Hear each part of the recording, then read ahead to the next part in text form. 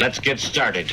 Now let's get it all in perspective. We did it like that, and now we do it like this. Do not attempt to adjust your dial. I'm transmitting live. Yo, Let's get down to business. Now let's get it all in perspective. We did it like that, and now we do it like this. for the underground world, every street and borough. You may learn something. You are now listening to the Joe Rogan Experience with Chico, Simon, Kamar, and your host, Matt Floyd. Happy birthday, Chico. My man, little man, 9 years old. Welcome to the Joe Rogan Experience. My name is Matt Floyd, Joe's hosted by Kamar. Welcome to the party. And Simon. Chico's Happy birthday party. young Chico. What we do here is very simple. The three of us have listened to every episode of the Joe Rogan Experience this week. We're going to rate each episode as well as the week on a scale of 1 to 5 Jamie Vernon's. We're then going to talk about each guest, the talking points, give our opinions, this, that, and the next. But first, Kamar, do we have any new patrons? Would that make him 49? You're terrible at math. 7 times 42. 9? I 63? should have done that by myself, yeah. I should have done that by myself. Did you see me take a sip of that drink? Sip of what drink? Watch it back on the tape when you're doing the thing, because You spilled zero everywhere. of it went in my mouth. Nice. No, it all went on my shirt. Welcome back to the show, everyone. Thanks for tuning in. Join the Patreon, the only true way to support the podcast. 4 episodes of the post-Joe a month, the show we do directly after the show. This week, we got to give a big shout-out to Yaroslav Hunka. My man. Hunka. He's a hunka love, Yaroslav. And You're a Slav for love? also a big shout-out to Sean Luft. My man. What up, Sean? Big Shout-outs to Thank both you very of much. you. You guys are great. Coming What through in was the clutch for what was episode Sean's 300. last name, so I can make a funny joke? Or it could be Luft. Luft? I thought it was Luft, but it could be Luft. Yeah, he wrote that he can't find the podcast on YouTube. Check us on YouTube. We are being shadow banned. Hit that like button. Tickle the algorithm. Let's get back in there. Leave a comment. I don't know if you saw it. I know Simon didn't. One of episode 98 got removed from YouTube for medical misinformation. Nice. One of ours? Yeah, you didn't see that? Well, no. Well, we got the email. You just go. Oh, I didn't read the email. I thought you said you were just going through reminiscing no, on no, episodes. I don't do Wait that. a second. Where's 89? Was 89 that episode we were trying to sell the cure-all? No, I'm sure it was a COVID thing. Not cure-all. That was something else. You're correct. Chico is 63. Kamar, you want to go over the guests so we can do what we do here? I'd love to, brother man.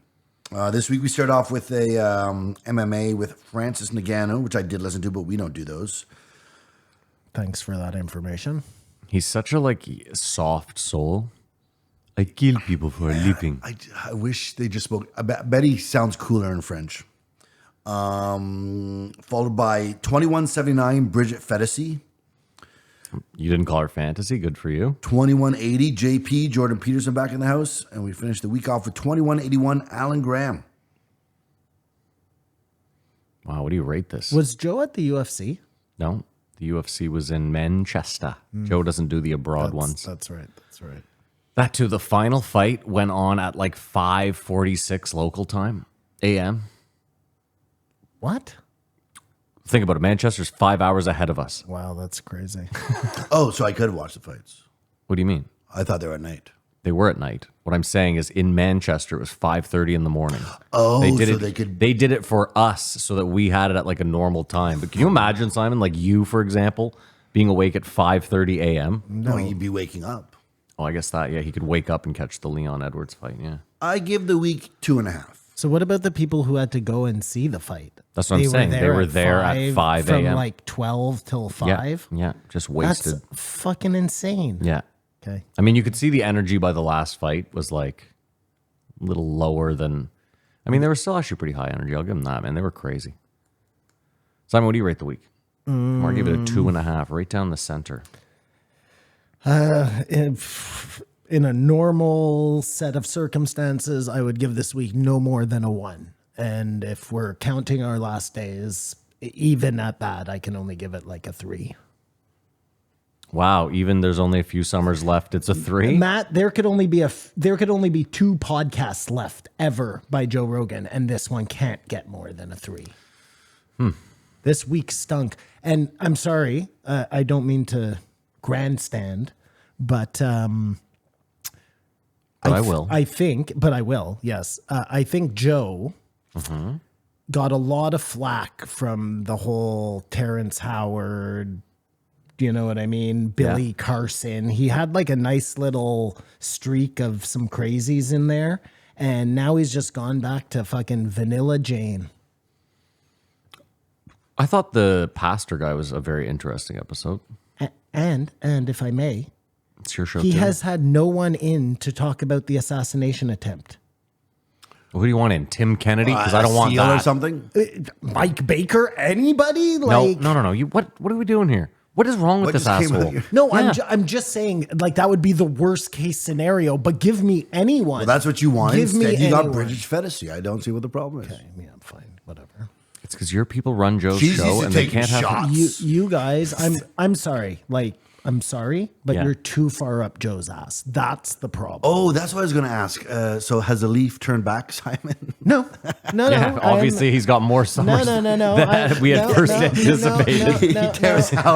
He tears out his No, future. I'm He's like you with calculations. it's like you with meditation. 1 week, that's all it took. meditation, the bookie bot, the fucking basketball shit. It's never ending. But I'm no, surprised you guys never say the gimbal. no, the gimbal, yeah.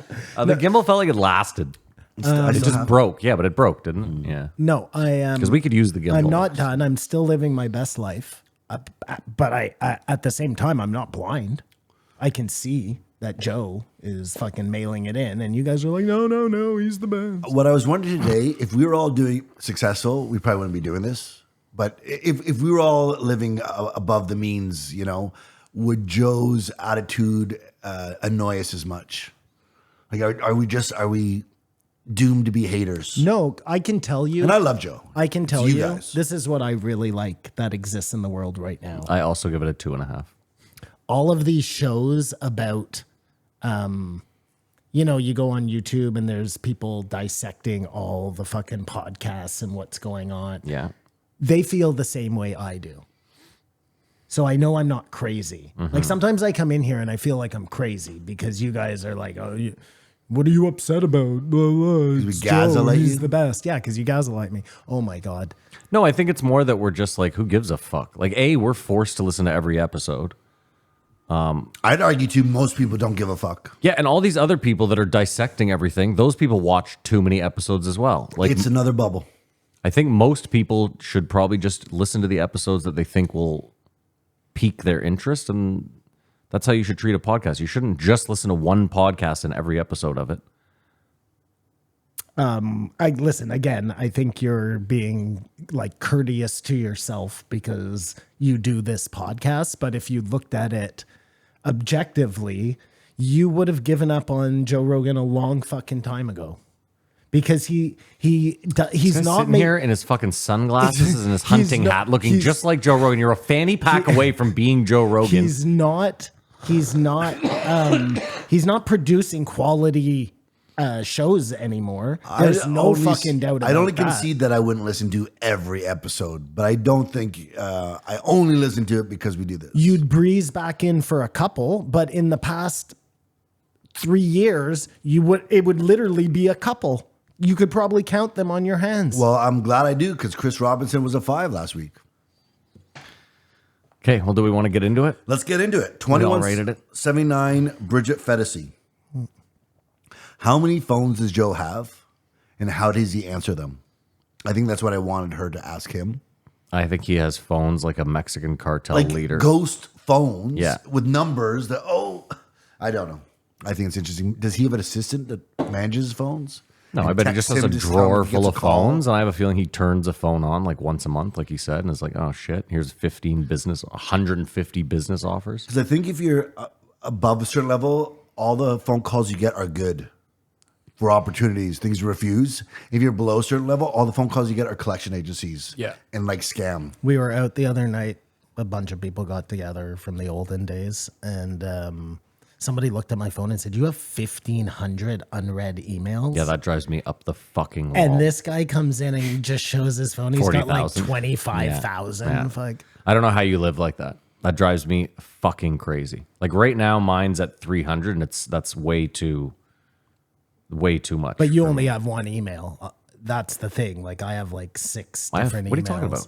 I have the podcast. I have mine. I have a work email. I have multiple emails. It's frustrating. But we were wondering if in one of those 25,000 emails is like, Kamar, it's your long lost family. We have a trust waiting for you. Yeah. You've inherited a castle in Scotland. Wouldn't that be great? Yeah. You're actually the next in line to be king now that Yeah. Prince Charles is on his last legs. And, That would be incredible. and he never applied, so they moved on to the next Yeah. one. They couldn't put the effort in. That's why Philip got, or what's his fucking name? Andrew. Doesn't matter. Philip. Philip's his son. Yes, I Don't know. get- Take it easy.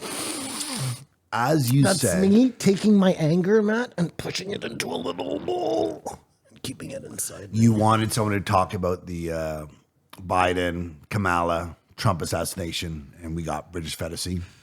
British fantasy. This is getting better and Yeah, better. it used to be British fantasy.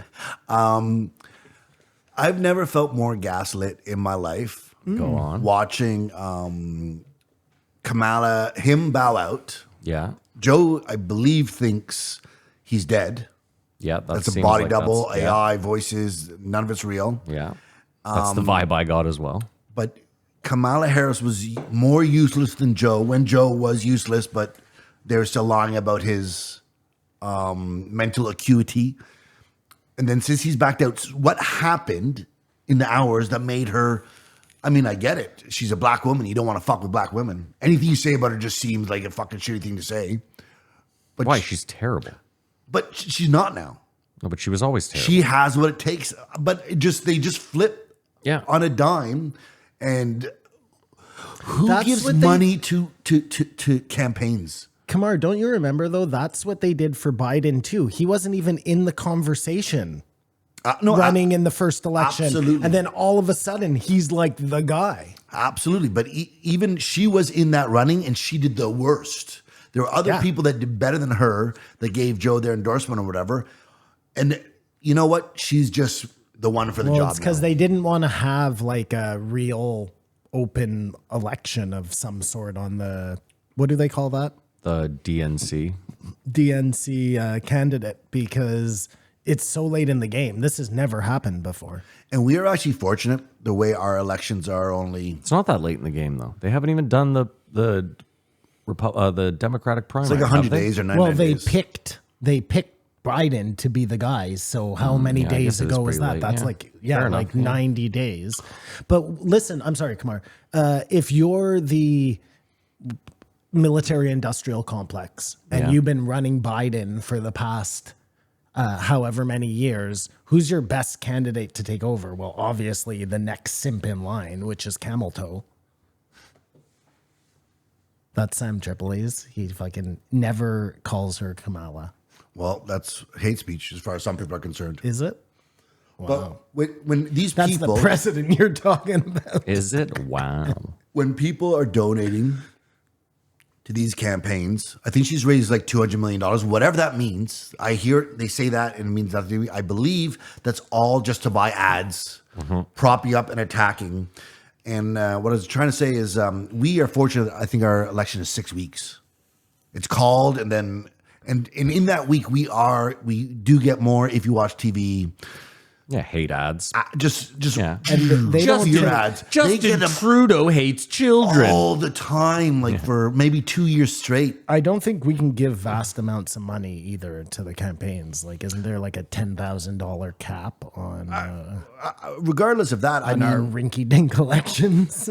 Pierre Polyev doesn't like maple syrup. but you know exactly the ad I'm talking about. Yes, I do. And yeah. if you're sort of on that side, and it will feed. Yeah. Yes. You're like, he yeah, this doesn't like cocksucker doesn't like maple God damn syrup. it." I hate him too. And it's too much. I think it adds to the divide. Is there really an ad that says There might as doesn't well like be. maple- oh, No. It's an analogy, Simon. No, I understand, but it really is a rinky-dink election, so it wouldn't surprise me either. if they were talking about who likes and doesn't like maple syrup. I'm Yeah. sorry, Yeah. Kamar. And the other thing, it really is a thorn in society's side is abortion, like how that can be such a prominent issue, women's rights, climate, the economy. And of course, women's rights are important, but we've got to bury that so it's not an issue every time it comes around. Because even they'll throw that around with here that Pierre wants to do that or whatever. Whether or not he will, when the mud is thrown, it sort of sticks for a while, regardless. It's just a mess down there, especially. Why are our conservatives like staunch anti-abortionists? No, but some of them, yeah, for sure. there'd be for sure a faction of them that are, Because our conservatives are more religious. Is that that What do you part mean of more it. religious than what? The U.S. conservatives? No. Religious is no? religious. Than our liberals. Yes, yeah. Are they? Yeah, by and large, religious people tend to be conservative, yeah. But I'm sure there's all sides, in a church in Canada. Yeah, I agree. I would just say it leans more to the conservative side. I wonder. Our politics suck too, but there's just so much more money in theirs, and it's just that's what they have to do is reform that. But yeah, theirs is like, Biden's a shape-shifting lizard piece of shit. He's going to drink your children's blood. And it's like part of the industrial media complex. Yeah. All those people Because that the make ads need pay- that. Yeah, like, obviously. It's a mess. Did you see Trump golfing with Bryson DeChambeau. DeChambeau? 50. Hits a true eagle. He has a crazy Dude, he had a putt where I was... jumps out of and his putts are insane. His I putts don't are even so- know what Yeah, they're all wrist. I watched one putt where I was like, well, there's just no way that's going in. And Oh, it no wasn't way. because of the line. The line looked decent. It was the way he hit it where I was like, that can't go in. Well, and it 'cause just goes in. He swings like and a then pendulum. breaks his wrist, Yeah, which it's so I've weird. never seen on a putt before. You But guys he's just like loving Trump. giving it some like English to come back. I don't know. Do you know how many contractors he screwed over? Oh my God, every one of That's them. your guy.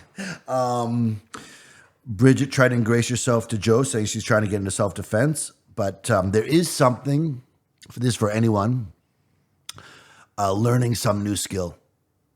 Whatever it be, is have I talked about this before? You sort of train your brain to, that's what it's like, and it builds confidence.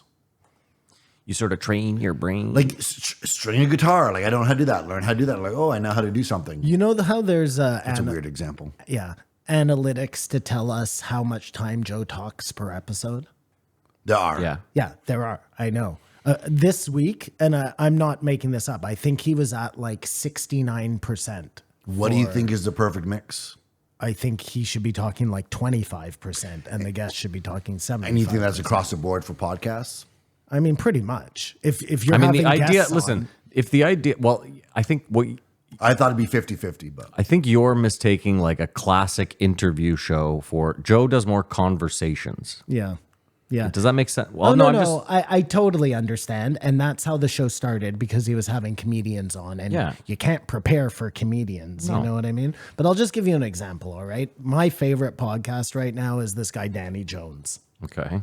and he has like the best guests on. Yeah. And before the guest comes on, he'll read like multiple books by that author, or he'll watch multiple documentaries. So when that person comes on, Yes, he's well he prepared. can ask the right questions and discuss the right topics, lead the guy in the right direction so we can get the best out of him. Because some of these people aren't entertainers, you know what I mean? They're authors. And when they come on to a show, if you let it just be a conversation, we're going to not get what we need out of the whole thing. See, here's Joe the mis- doesn't look at it the Fine. same Here's way. the mistake you make, though, since you don't want to give Joe any fucking credit. Joe is more of a platform than an interview thing. So the point is you might see the author you want on Joe, and then that leads him to go to 15 other podcasts where you're actually going to get the podcast you want. He's going to go to Lex because Joe's going to be like, have you interviewed this guy? And then you're going to get the podcast you want. Joe is like I said, it's a platform thing. I don't like Simon. They released the numbers the other day. Joe has double the subscribers of the second biggest podcast in the world. That's how big his show is. Well, he's no longer number one on Spotify. Well, those numbers lie, but Tucker fine. Carlson is. Interesting. I saw that meme as well. So should we turn this I mean, I into don't the believe that. Tucker but- Carlson You really experience? degrade my authority when you say I also saw that meme. You thought you would bring something to the table. It's true. When you put it in meme form, you're Yeah. like, wait a minute, you're quoting a meme right If now? I say I looked that up, it Yeah. seems smart. If you I say you I read an saw it in article, a yeah. meme, If you say you saw it in a meme, I'm like, wait a minute. like I heard it in TikTok, automatically negates whatever the next words out of your mouth Yeah. are.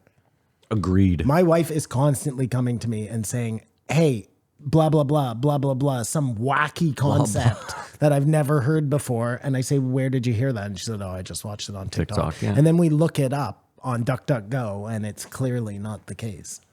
You guys would go We look it up you on guys would go to DuckDuckGo. Wikipedia because you're simps, but I go to the source. What the fuck did we do 20 years ago? Just argued incessantly. But would someone Circle jerked and played NHL get an 94. encyclopedia? I mean, I know it's here somewhere, or a dictionary. And Well, just we had No, I think it was we always had encyclopedias. No, you had like a friend or an uncle. Or An there was uncle, always yep. someone that you called who you were like, guaranteed I this definitely guy. don't remember what we did. Many arguments went unchecked. Yes. Much information was just put out there. People could why be somebody. That's why we believe so many things today that are wrong. Well, that's why the snake oil salesman actually never went away. They still exist. It's like just a different game. ShamWow. But as they were talking about in here, the news cycle is so crazy. And I remember the first time I realized CNN was a bit of a sham, or the 24 news cycle, because you'd stay home from school to watch the news or watch the news all day and realize they just replay what they did. That's why he's In so another fucked hour. up. When he stayed home from school sick, he watched the news instead of The Price is Right, No, like a normal I kid. have The Rockford Files, like normal kids. I swear to God, I have 9/11 like PTSD syndrome. Are you a fucking wow. faggot? Are you a really? pussy? What kind of microaggression What's wrong with happened you? to you Yeah. today, you fucking I know your gaylord? hair's dyed. No, it's really an affliction because I have to see, like, I can't imagine sleeping through it again or whatever. Because you slept through 9/11? I think I woke up You when have the first plane hit. You have FOMO of 9/11, and you never want to miss a natural disaster ever again. But what's Like, weird I will is be awake for every earthquake that ravages Japan from now until eternity. what's weird too is he's like to watch it on television. Like you weren't in New York. It's not like you slept through 9/11 No, in no. New York. That would be something. It's FOMO of like waking up and the fucking huge ship is above Washington or whatever. Like, what the fuck? Simon, do you remember there was an episode of Rescue Me where Dennis Leary goes to like a group for 9/11 victims? Yeah. And he's listening to their stories, and one guy's like, I'll never forget it when the first plane hit the tower. And then the guy running the meeting is like, where were you at the time? And he's like, I was in Chicago. And Dennis Leary Just is so loses fucking it. pissed. Yeah. He's like, I lost 5 guys that day. Fucking incredible. That's such an underrated show. I think it's because it got weird at the end. But the first couple seasons were really Why strong. did it get weird at the end? After his son died, it just became like I don't know. It like lost its. He got together with Gloria, like it opened up a whole new. I think he fucking- stopped being a firefighter, and that kind of like threw kind of a wrench in the show. The whole thing was like he's a firefighter at this house, and he's a. Well, I think he goes back to being a firefighter because I think he dies in the last episode. Well, I know he falls through all those floors. Does he die? It was a good show. Circling back, so we get so much information now that you can't even care about anything, or nothing can remain in the news cycle, and so much crazy stories we do not know what to think. It is, as they say on other podcasts, demoralizing. You want to hear something crazy though? Sure. I go up to my house. Yeah. I sit on my porch. Yeah. I watch TikTok about nonsense. Okay. I watch some TV show that I like. Yeah. I do a crossword or two. Mm-hmm. I don't think about the news at all. Well, that You don't have to. you don't. It's- And right now, because the Olympics are on, I'm able to distract myself. Disconnect. But it really is like you need a fucking hobby. Because yeah, you absolutely. care way too much. No, I don't care. I don't really. No, I really don't care. It feels like it bothers you. Like today, he was so angry in the car, like fuming angry about the CBC showing the Olympics. And these two people that he knows the name of, that the broadcasters on the CBC that I've never heard of before. These two people are getting a free ride to the Olympics and they're living it up on our dollar. Like, don't fucking think about it, man. No, this is true, and it's been said by many people. The CBC doesn't have to cover the Olympics. You only have maybe 1, 2, 3 Olympics left. You can't get weighed down in this nonsense, Kamar. Simon, it's like Call of Duty gave away some free shit to people, like skins for guns, whatever, a character. The character is like looks trans, and all the skins they gave out are like rainbow flag, glittery skins, and everyone's fucking up in arms. And I was kind of like, you don't have to use them. They're free skins. Well, I know. I was like, you don't even have to take them. Like, and I was like, the trans character, no one's forcing you to use it. Dude, it's not like my favorite Louis bit is when he's on the plane. Yeah. And he's like, my fucking internet doesn't work. yeah, dude, you're flying through the sky at 30,000 feet. This trip used to take a wagon, Yeah, and you'd people lose died. your wife Yeah, people along the died way, on the trip. And they Yeah. just stick an arrow in the Yeah. ground with your hat on top of it. Instead of the CBC spending the money to cover the Olympics, why don't they give all that money to the athletes so they can train and cheat? Oh fuck! So I'll give him that. He's not wrong. Did you hear that the Canadians are now being accused of droning teams for years? Since the time that we became relevant in soccer, they've probably been droning other teams. We're like the Russia of the what are we? Western. I was going to say for the Eastern? post show, but if you're not cheating, you're not trying. So I'm sorry, I torn. stepped on your toes there. You talked about the Olympics, though. I feel like it's fair game. It came up because actually they got into trans detransitioners that are coming out now, and I think we will live to see that we were overbearing. They're putting their things back on. Hold on, we were No, you can't. we were And that's- overbearing in what sense? That people jumped the gun and That's not maybe I think overbearing was push the wrong word. push their Say- kids Kamar? to be trans out of fear of being an oppressor. Save it for Jordan Peterson. I don't want to have this conversation twice. You know what I mean? Okay. Wow, what a dick. No, I'm sorry. I'm sorry. It's not my favorite shit to talk about. Free food. There you go. There should be free food. And that will go into the next episode actually perfectly. So do you want farmers to work for free? No. There should be a place that employs people to work like some sort of We have a food bank. no, this is a food place. Like it's like a giant communal cafeteria, and people who have a lot of money would never eat there. But if they want to go there for a quick thing, they could. What if it was there was supermarkets owned by the province, and everything was super cheap? Well, we all pay. Okay. Do you know what I mean? You always do this. We pay for that. So you would go in and be like, oh, this food's super cheap, but your taxes would go up. You're paying for that food. I I'll suggest also- that this happen in our taxes don't go up, Matt. It doesn't always have to work that way. People. Where does the wouldn't. money for the food come from? It has to be paid for. I don't know, the fucking expense accounts from the people going to the Olympics to you just- broadcast. Oh, now all of a sudden you're thinking, What is "Get the going fuck on outta here?" No, what I'll tell you. It doesn't feel fun to get gaslit, does it? Gazalit. What I'll tell you is, Gazalit. I work at a big banquet place, Humble brag. and the food that gets thrown out every event, and now multiply that by all the other places. The food is not the problem. Yes. But I think if you had this sort of, I can't explain it. It just feels like almost a huge barn, which would have 6 options a day or whatever, and anyone could go there and eat like a big cafeteria. You want to know what's a problem, Kamar? Can I finish?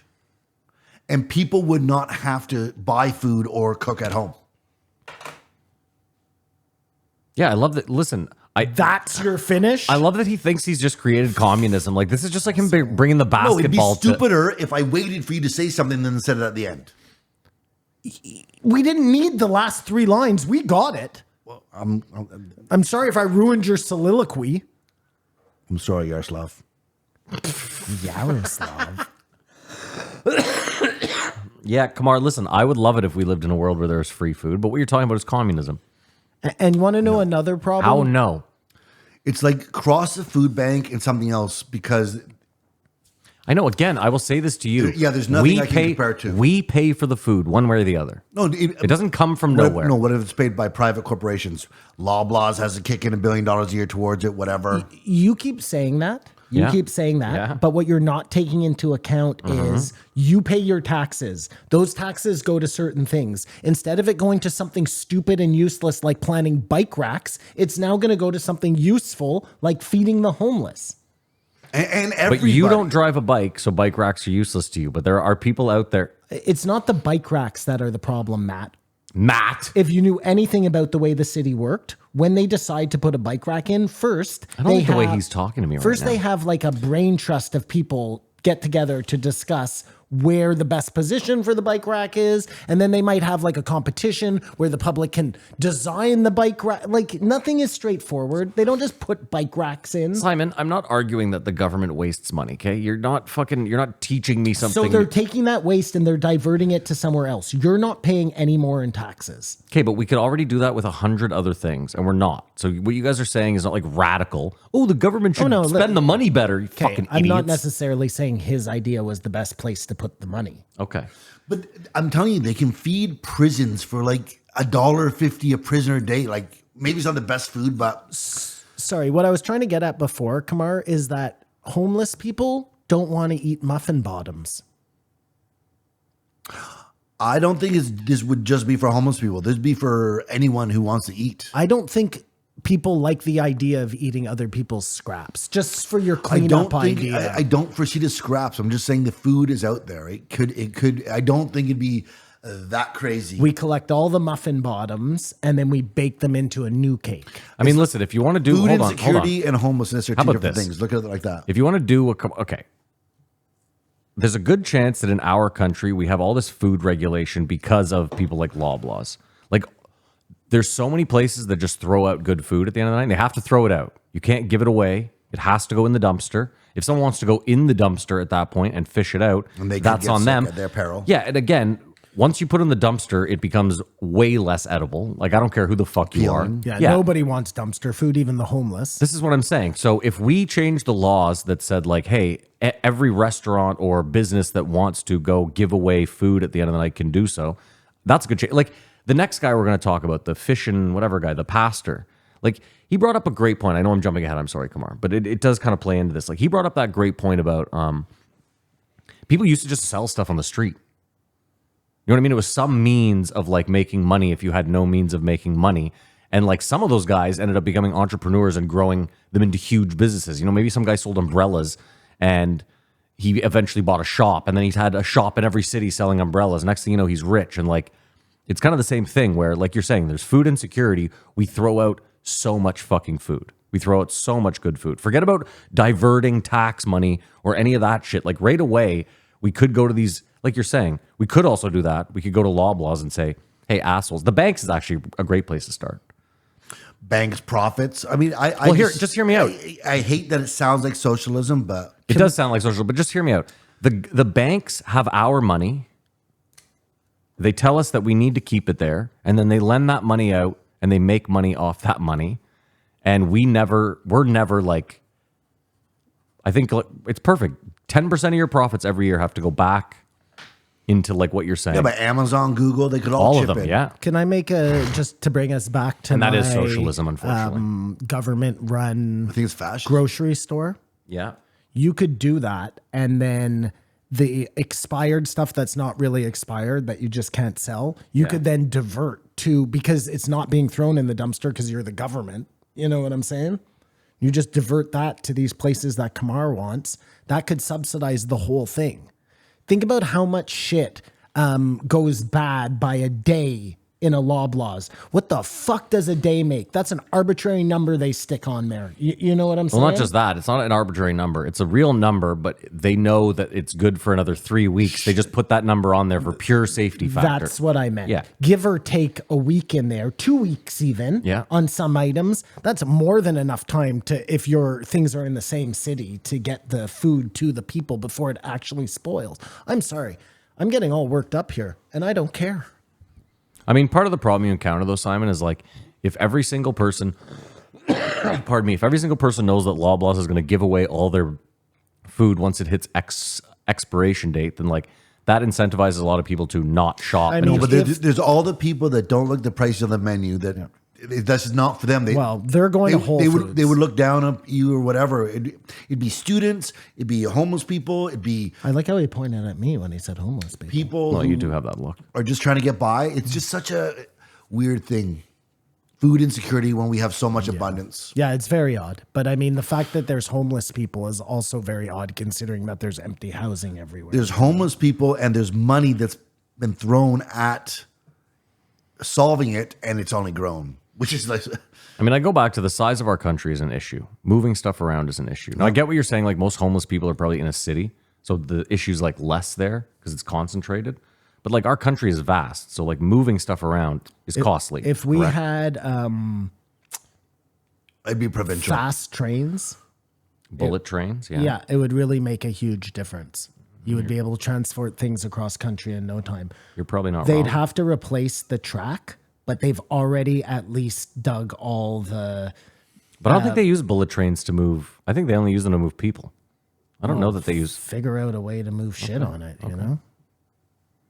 Well, hopefully technology will solve all this.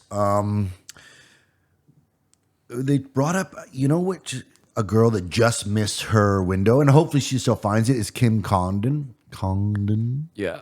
Because she was the mainstay on Kill Tony, but before it blew up. But I think she's known, you know what I mean? Well, she became a real comedian. She's touring. She's doing the her own grind. thing. She's on the grind. It's a weird. I don't think you want to stay on Kill Tony forever, do you? Unless you're Tony or I Brian. think now It was you just do. it's more of a stepping stone now than it was then. Yeah. Like for a guy like Hans Kim, let's say, if he doesn't appear on Kill Tony, maybe people forget about him because Well, you see how those guys don't want to lose when they're like, I you're see gonna it, move. and they don't want to. Like, has Suzanne Santo come on Joe Rogan for the first time today? It's a whole different story. Dude, I forgot to mention think this. she gets no followers. I know we're not going, especially not you. I know it's going to cost an arm and a leg. But I'm pretty sure the second week of September, if I'm not mistaken, Kill Tony is playing at Resorts World in Vegas. And that same weekend, Sean O'Malley is fighting at the Sphere. See, that's a person that doesn't look at the menu prices. Idea. Yeah. That sounds like the most expensive, extravagant thing I'd ever do in my life, and it would ruin me. You want to know? Yeah. Well, yeah, but hold on, because, wait. Because I know for 48 hours I'd taste it. I would live it up, feel and it, then and I'd Well, that's what life is about. No. You're an idiot. You know what's funny about Kamar? Kamar will go to the fucking Lac Leamy casino, lose $800 in a night, which could pay for and that's half my a trip window. to Vegas. That's my window, man. And he's That's my bubble. No. fucking. You know weirdo. what? If Dumb I, as dumb does. If I went to Vegas, and this is the honest to God truth. Yeah. If I went to Vegas, I would want to live it up. Yeah, You know what I mean? You wouldn't want to be like, I'm sorry, I'll stay in the room and watch TV, of course. You don't stay in the room. First of all, I went to Vegas with like $1,000, and I promise you, I lived it up. I didn't eat fucking. I wasn't having I didn't have the penthouse, but I lived it up. Matt, I don't want to get defensive. I think it's a fantastic idea. And you're a visionary. Yeah, I am. Because you see these things on a calendar and say, this could be done. I just don't imagine myself ever doing that. I'm just saying. Maybe we got to visualize it. Dana White has stated, and I know that this makes the ticket $1,000 easy, but he said this is the only time he's going to do anything at the Sphere. This one time. So it's literally, potentially, I know he's probably lying because it's Dana White. He'll probably do fucking one of them a year. But if it's the only one that's there, it's pretty, come on. You can't put a price on that, can you? Yeah, you can. Whatever the price is Yeah, the but it's price money. you Who put gives on a it. shit? Like, I don't understand. We all spend money. You go through money. I go through money. It comes back. Sometimes. No, it always comes back. No, it doesn't always come back. That's Yes, it does. No, it doesn't. I have to bring this up because Sean Luff mentioned it. He's our new Patreon. Yeah, he said go to the deadlift. I was the senior project manager for the Sphere screens in Las Vegas. If you're planning to go, you should come now. Well, the Grateful Dead is there. I'm not sure if that was an invite or he just said he's promoting or he's trying to sell us He's gonna tickets. give us tickets? Thanks for the invite. I know Simon's not going and I know I'm not going, but of course Matt wants to go. Well, hold on a sec. Nobody said anything about free tickets. Yeah, if that was an invite and you got like some VIP entrance, everything changes. Like you saw what happens when you gave me free tickets to Nas. I went. Yes, that's true. So That's what give it me is. free tickets to Vegas. You want to be a and I guest. might go. You want to be Yes, a guest. of You a don't rich want to, person. That's the only way I want to go to Vegas, was somebody who wants to spend money on me. Kamar, there's some like Euro EDM DJ named like Aryan. He's got crazy visuals. I'm sure you've heard of him. I'm an old man. I'm an old man. Yeah, I am. I'm an old man. Well, so are you. What's his name? No, I don't know. You don't know. I would know him if you saw him. He announced like 3 shows at the Sphere and they sold out in like a minute and a half. So he announced like 10 more. Dude, I saw the visuals for his show. It might be the craziest thing you've ever seen. Now, you probably could just do that sober, but would you do mushrooms or something like that to accent it? Having been to the Sphere, my response would be no. You've been to Sphere. Yes, I've been to the Jesus Sphere. Christ. You would As if- do like as if edibles we hang out with or us, man. something, though. Yeah. Well, I'm a visionary. You said it. I Kind, go spend the kind, money. and spend time on us. Amazing. You know, the beauty of Vegas is there's roulette wheels everywhere. So, like, I didn't have money to go to the Sphere. I went to roulette. I had money to go to the Sphere. He talks about winning on roulette like it's a normal thing for people. You're really lucky. No, you're good. No, I'm not. You're good. You're good. I'm not You know how good to play. either, but No, you can read it. you're a lucky guy. So, do you guys think Biden is alive? Or if Biden is in that shape, does it really make sense that he's supposed to be president still? Finger on the button. Something bad could happen in 2 days, but he's not. and then they have the stand-in pressing the button. Dave, weird, right? Dave's in there. So you think he died of COVID or I don't. whatever I the don't fuck know. he I'm had? Canadian. It doesn't matter to me. But it just. I'm so gaslit. I don't know what I know anymore. He's you said, gazalit. I have to stop watching the news. Yeah, you should. It's funny. Simon said you need a hobby. He's a stand-up comedian. He could well, be no. writing. He could Yeah, be but performing. stand-up I use it as for comedian, material. It's you're It's looking research. at, I'm researching all the time. I got yes. my finger on the pulse. They all say that. All the miserable comedians say that. Okay, fair enough. I'm just, hey. No, I'm saying they say this is part of my job. I got to stay fluent. I would also say I always wanted to go to the LA comedy scene and just check it out. And now I really want to go to Austin and check out that scene. See, visionary.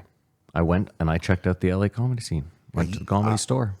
Like they said, you just say it, and that gives you the release that you actually Matt did. might it. have killed the LA comedy scene. I probably 'Cause did. As soon as he went Yeah. there, they all moved Yeah, to it's true. fucking Austin. They were like, if this They guy's were here, like, we're yeah, out of here. It's definitely jumped the shark. Yeah. Matt Floyd has entered the building. This place stinks. In summary, Bridget Fetisi is. I don't even know how to describe her. If I were to describe her to someone, but she's doing Lord's work. Seems like she's happy that she's had a child and trying to stand up. I guess lives in Austin.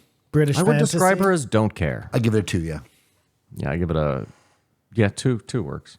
She can get it. That's what Kamar would say. Oh, interesting. Well, she got it. British fantasy. I give this one a 1.5. It was so mediocre and bland. It just felt like the same conversation they've had 4 times in a row. Don't ever come on the podcast again. Again, Okay? in America, it's You're like fucking banned. you're always welcome here. We should start doing this monthly. If you come on twice, the leaf is turned. 2 appearances in a row, Yeah. and we don't get nothing new from you, don't come on again. You're done. You played yourself. I get it, though. You played You yourself. played yourself, yeah. With all that rah, rah, That's rah. exactly right, Kamar. Thank God you're here. 2181 Alan Graham, CEO and founder of Mobile Loaves and Fishes. Now this goes right This will take 5 seconds. into what we talked about in the Don't fucking last episode. He's already involved in universal food programs, and I think the explanation, because you were concerned that it was going to come from taxpayers, it has to come from the actual community and people. This is just right before we jump into all this riveting conversation. This is where I have the problem with Joe. It's like I'll have a mediocre kind of comedian on and shit ass Jordan Peterson, and we'll just round out your week with this fucking guy. Like, we don't need it, man. We don't want it. We don't need it. Yeah, man, we don't need it. Go ahead. Go ahead with all the great fucking facts of this episode. So he's developing a universal food program in Austin for homeless people less fortunate. And the worst he's going after. He's not trying to cherry pick them. Driven by religious conviction that he just knows that this is what he should do. He was successful in business. And I think other people should do it. Like, do you know how much Celine Dion's worth? A lot. $500 million. Excuse me. She got Holy paid shit. $2 million I'm so to sing sorry. one song at the Olympics. I hope she donates that money. Do you She know what I won't. mean? Yeah. The money's out there. The food's out there. Celine Dion's sick. Cut her a fucking break. Alan, Okay. Okay? Yeah. She's only got so many summers left. Yeah, it's Cut her a break. Alan never dreamed of starting a universal food program. He dreamed of being a rock star, a football player, and a jet pilot. Do you guys remember what you dreamed of being when you were 12? I wanted to be Wolverine. I don't know. I don't remember. Probably a actor, rock star, something stupid that I never would have been. I think I want to drive a truck or be a bus driver. He sees us. He's got that's trucker pretty in his cool. blood. I've That's had- why when they came to town, he was like, I have to go down there. I am Pilot, one. my calling. pilot also. Pilot also. Have you ever been? You guys wouldn't know this, but we have double decker buses here. We wouldn't know this, Simon and I. We've never been on it. How do you know? Okay. Have you? What? You don't think we've ever been on a double-decker bus? Have you been on one of Ottawa's double decker have, buses? yeah. At the very front, Not at the front, no. you feel like you're flying, like some sort of Titanic. It's really. Have you ever been on one of those boats that go on the water? Or that go on land and then go in the water? No. The lazy amphibious, ducks yeah. or whatever? Well, there you go. Fuck you then. We have I like the those. idea that Kamar's riding the double-decker Ottawa bus at the front. Like, a homeless guy. alive! A homeless guy's holding him from behind. I'm the king of the world. That'd be amazing. Well, we were joking about just doing, you know how Weird Al Yankovic does parodies of songs? Yeah. Do parodies of famous scenes. And that would be it. Yeah, And yeah. for 1 second you think you're on the Titanic, then when it goes to reality, you're just on a bike. You're in a double Pretty sure that's been done before. Okay. Parodies okay. of famous scenes. Let the man live. Let him cook. But so yeah, Alan didn't achieve any of his dreams, but now when he sees anyone do any of these things, he sees himself doing it. He doesn't see the person. So that's a sort of projection thing that has worked for him. His also point was His also point. his other point was contrary to what you're saying is it's ourselves that are going to have to save us and not the government. Because we keep learning. Well, if this is going Hold to on, my point wasn't that the government. My point was just if you want the government to do it, it takes taxpayer money. Listen, Kamar, and he's saying the government cannot do it. If you have the government do it, they're just going to waste the money on the consultants to tell them how to fuck this up to do it. Kamar, listen. If your argument is that rich people have the keys to solve all of our problems, I agree with that wholeheartedly. Listen, the government is funded mostly by rich people. Me and you don't fund the government. The amount of money we pay in tax is so pathetic that we're not building a road. We're not paying a teacher. It's rich lifetime? people that are doing Over it. a lifetime? Over a lifetime, I probably pay one teacher. So my point is, yes, rich people tomorrow could get together and say, hey, we could make the world a better place. They just don't choose to do that. Do you think, because this is another point of this podcast, that homelessness is inevitable, or it's something that we've just let happen and it should be fixed, but it's government red tape and corruption. Well, it's corruption. Like he was saying, homelessness is only 200 years old My also point is how the fuck did this guy get on the podcast? because he's doing something really good in the world. Joe today. said it. Joe said it. He's like, I heard this guy talking. I really wanted to talk to him. You can't hate this guy for any reason. He's making He's trying the world to a feed better the homeless place. people, and he's trying not to charge. I don't hate this guy. I hate Sounds like that he was on a podcast You hate that that had you have to- nothing to do with this. You but hate go on. that you have to think that there's homeless people out there, and you got to step Oh, over trust them. me, I know there's fucking homeless people out there. I'm sleeping with them. Okay, cut that out. I don't mean sexually, And do you think the first guys, but that's not a terrible idea.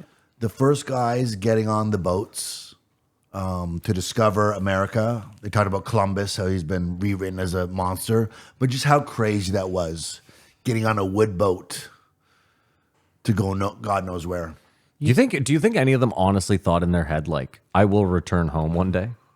I bet they're all criminals with nothing to live for. Like whoever cast the casting for the Yeah, like no one with a whoever family was. hires Yeah, people. no one with a family was like, I'll go. No, if someone's gonna miss you, you should stay ashore. That makes sense. Yeah. You know what? I think I just figured the whole thing out.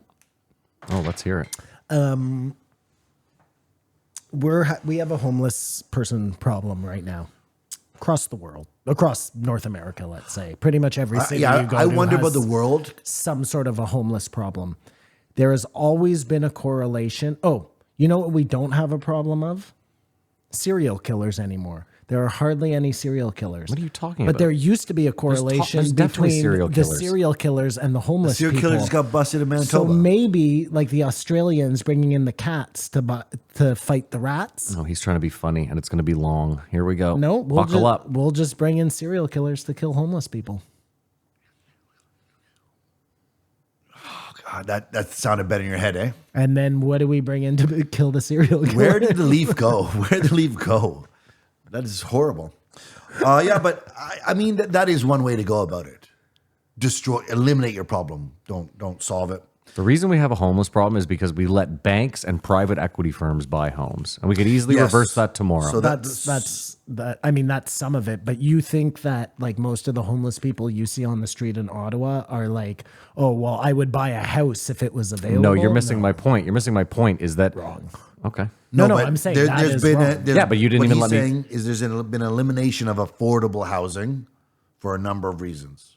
Simon, here's the problem. If normal people can't afford a home, they rent. Then the price of rent goes up, and then normal poor people can't afford the price of rent because it's then too high. If private equity owns all the homes, they decide the housing price. No one buys a home. Everyone rents off these same private equity firms that own all the fucking buildings. They jack the rent up. They control the food. They make that fucking expensive. I totally agree with you, and I bet you in like the United States and places like that happens a lot. I think most of the homeless problem that you see here is totally because of drugs. It has nothing to do with mental illness. Or mental illness. I know, but hold on. Like, totally. here's the Like, thing, Simon. You forget that mental illness doesn't just like fall out of the sky. It develops over time, and it can.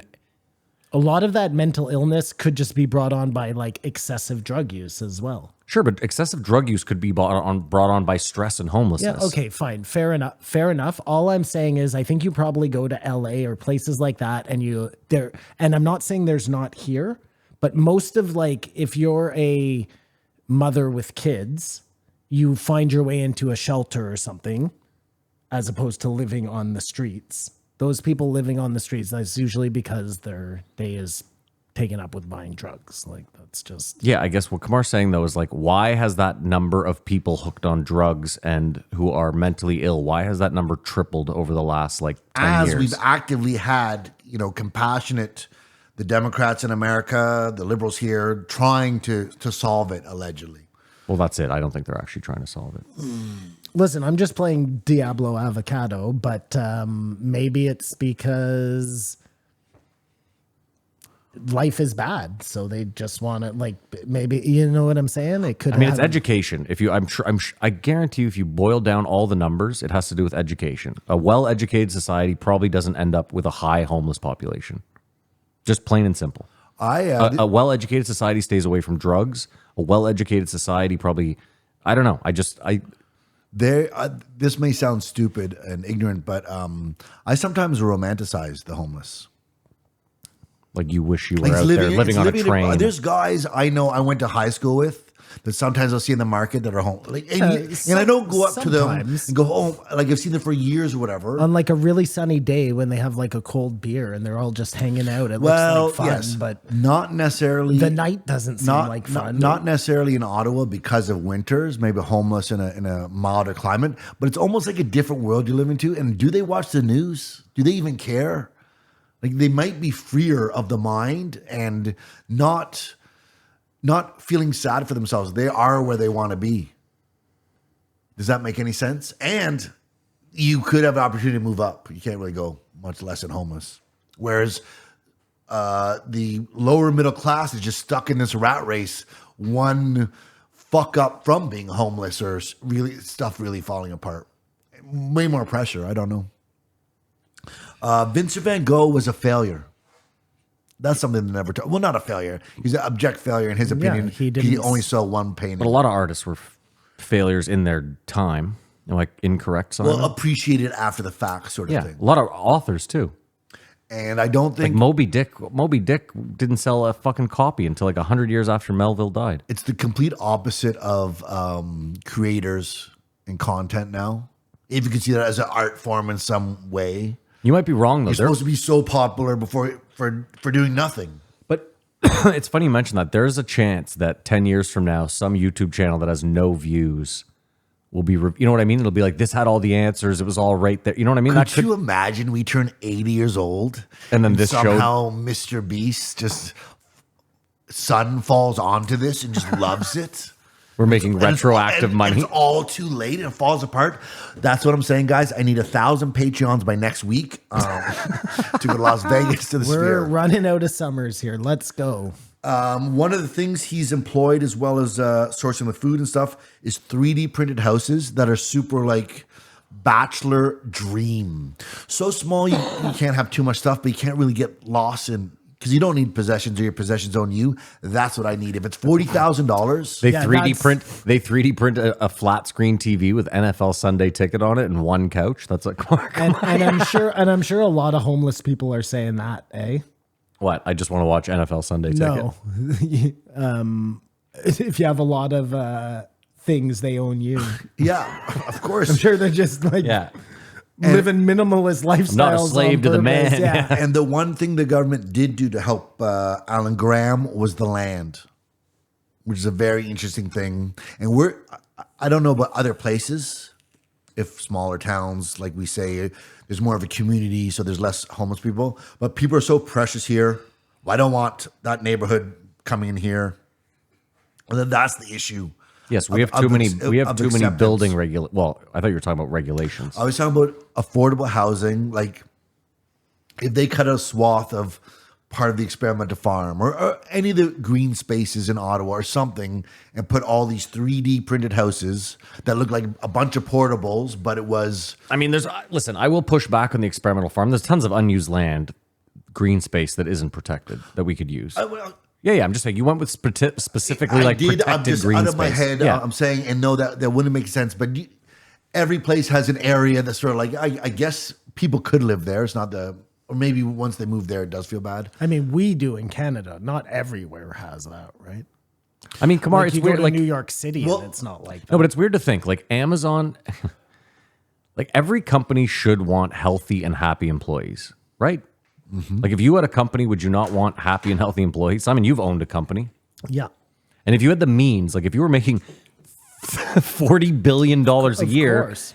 and it's like 1% of your bottom line, what does it matter? You'd want all. So it's weird. Like what you're saying, like you'd think Amazon would want to build affordable housing for their employees, right?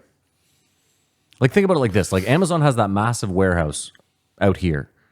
Like You're going down the road like Foxconn no, I'm at not. that point with all the people, the nets, and just staying there. I'm not though, because what I'm saying is like 5 blocks away, Amazon can buy all this land. They could build hundreds of houses and say, listen, as long as you work at Amazon, your rent here is dirt cheap, whatever.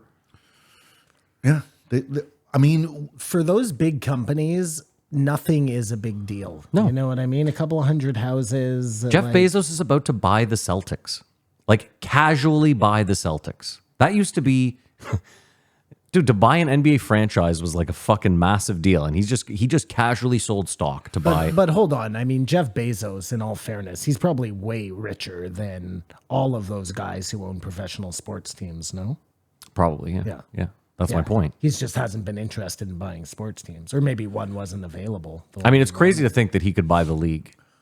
He could buy the whole league. Yeah, he Yeah, could just no go. problem. He could go to every owner and say, "I'll give you $1 billion over Right. whatever market value, and now I own the NFL." Yeah, it's pretty weird. Did anybody see Elon being... Oh, no, sorry. Go ahead. that'll be in the... Elon said he was going to buy Next Snapchat one. and take away the filters. Yeah, but I mean, basically, Jeff Bezos is the opposite of the people Alan Graham is trying to help. And hopefully this inspired and spurned, like other episodes have, conversation and people to reach out. Because as I said in the Bridget Fetisi episode, I think food insecurity is instead of tackling a whole problem, some sort of part of it that I think is the most realistic. And a lot of people would go to restaurants still. Maybe grocery stores would suffer, but maybe they deserve to suffer because they've been gouging us, and I don't know. Well, you Well, know here what's- they deserve You to know what's suffer. funny too is just back to this whole what makes Canada great. We always thought it was our free medical. yeah, They don't give you free dental. They have plenty of people. You know what I mean? The mental health of the country is in like peril. And They also, don't cover any of that shit. any business in America that's worth anything gives you medical, dental as part of your insurance package. So all those people are covered. They might have to pay deductibles or whatnot, but all these extravagant, if you go to the hospital, the bills are crazy. The insurance company has to pay for it. That's why it's such a mess. I'm sure it has problems and corruption, but it just seems to access. I have a friend right now who goes up on stage and he asks the room if there are any doctors. And so far, every time I see him, it's silence. He goes, "Oh, everything's all right. I'm just looking for one." Because you cannot think about how to approach the idea of getting a family doctor. What are you talking about? There's a website you go to, you put your name on the list. I did it, and then they called me like a year later, and I have a doctor. Okay. I guess. Well, I'm just saying. Listen, no, you're the visionary. No, I agree with you that it shouldn't be that way. I'm with you. I make it harder on myself and bash the system, I but it had does to exist. know a person who knew a person who knew a doctor who was just starting a practice in order to get a doctor. Listen, I will say it. I'll say it till I'm blue in the face. I agree with you. It shouldn't be that hard. There should be a doctor. If it's free, there should be a doctor for every Canadian. I agree with you. I'm just saying there are steps in place currently. You shouldn't even have to wait a year. That's crazy. And there is, I guess, because you can go to a clinic for free, right? Like Yes, you can go to any Apple Tree, you can go anytime, yes. Any of those. Yeah, but that feels card. like a brilliant idiot's. It's not as personal because that doctor isn't going to be your doctor the next time you go in. So it's only really good for like a pressing matter. Even then, like It feels like Impractical Jokers. Simon, the way the guy's running through the room, sorry to cut you off.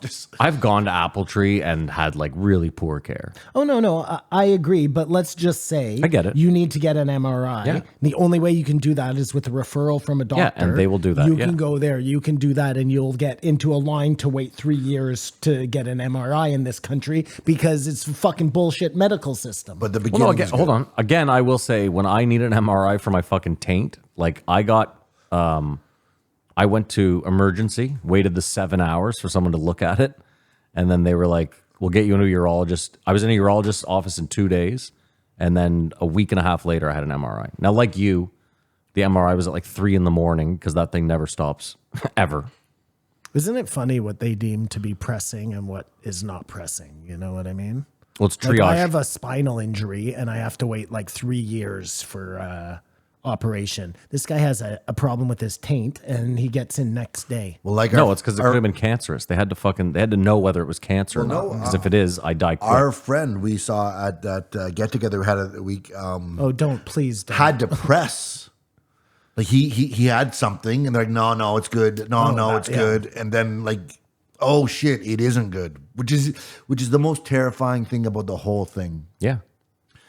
Anyways, we lost the thing. I think Alan Graham. And if you live long enough, something is not going to be good at some point. Hold on, we didn't press that point though. He did. I really liked that point he made about how he was like the entrepreneurs used People to be like entrepreneurs, but now you can't sell stuff on the street because you need a permit and this and that. Well, this is the thing. We tried to make it. There was all these things in place so that a company couldn't become too big and own too much and become a monopoly and control too much and have too much political power. And they stripped all that away. And what happened right away? Like 6 corporations became the largest corporations on earth, and now they control. And when I say everything, I'm not fucking joking. They control everything from the top down, including letting people sell stuff on the street. Like Exactly. when you really look into a lot of like red tape, like bullshit laws, they don't make any sense. It's And they sort always of the do it- definition of fascism: the government and the business working together Yeah. to fuck screw the the public. little guy. Yeah. And I don't want him selling water because my business will lose money on the water. Yeah, so that's right. stop him. But Yeah. hey, I'm a person. As a corporation, I have rights. Remember It's- the whole Nestle. No. That's a whole other thing. But in our city, there was a huge, well, I guess it happened to other places too, with food carts.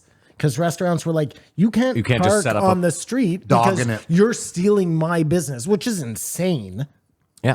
Yeah, that is the government, the city bylaw, maybe not the federal government, whoever stepping in and fucking with what's supposed to be a free market. Like if Simon. you want to sell hot dogs out of a cart, Oh, it's a good. you good can't. luck. Because there's a mafia that runs Yeah. the hot dog carts. Simon, there was a when I lived in Toronto, there was a famous map going around that showed you where legally you could park a food truck in the streets in Toronto.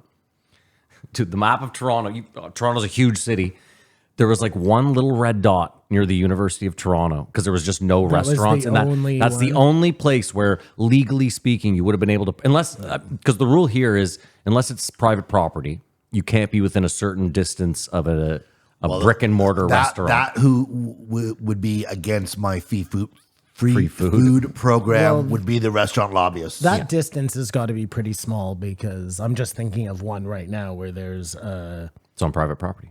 It's on private property. See what I just said? Yes, Yeah. yes, If you can find someone to allow you to put your food Right. truck on private property, there is no limit to. Yeah. And that's why you see a lot of food trucks in like That a is why. parking lot. That hardware is store why. parking Precisely. lot. That is Yeah, why. yeah, yeah, That is why. understood. Understood. They put a Matthew. kibosh that on. But Simon's making a day good one. point because like Torta Boys, they're a good example. They're a local for non-people here. They're a local sandwich joint. They make these Mexican best tortas. sandwich. Great sandwich if you're ever in Ottawa.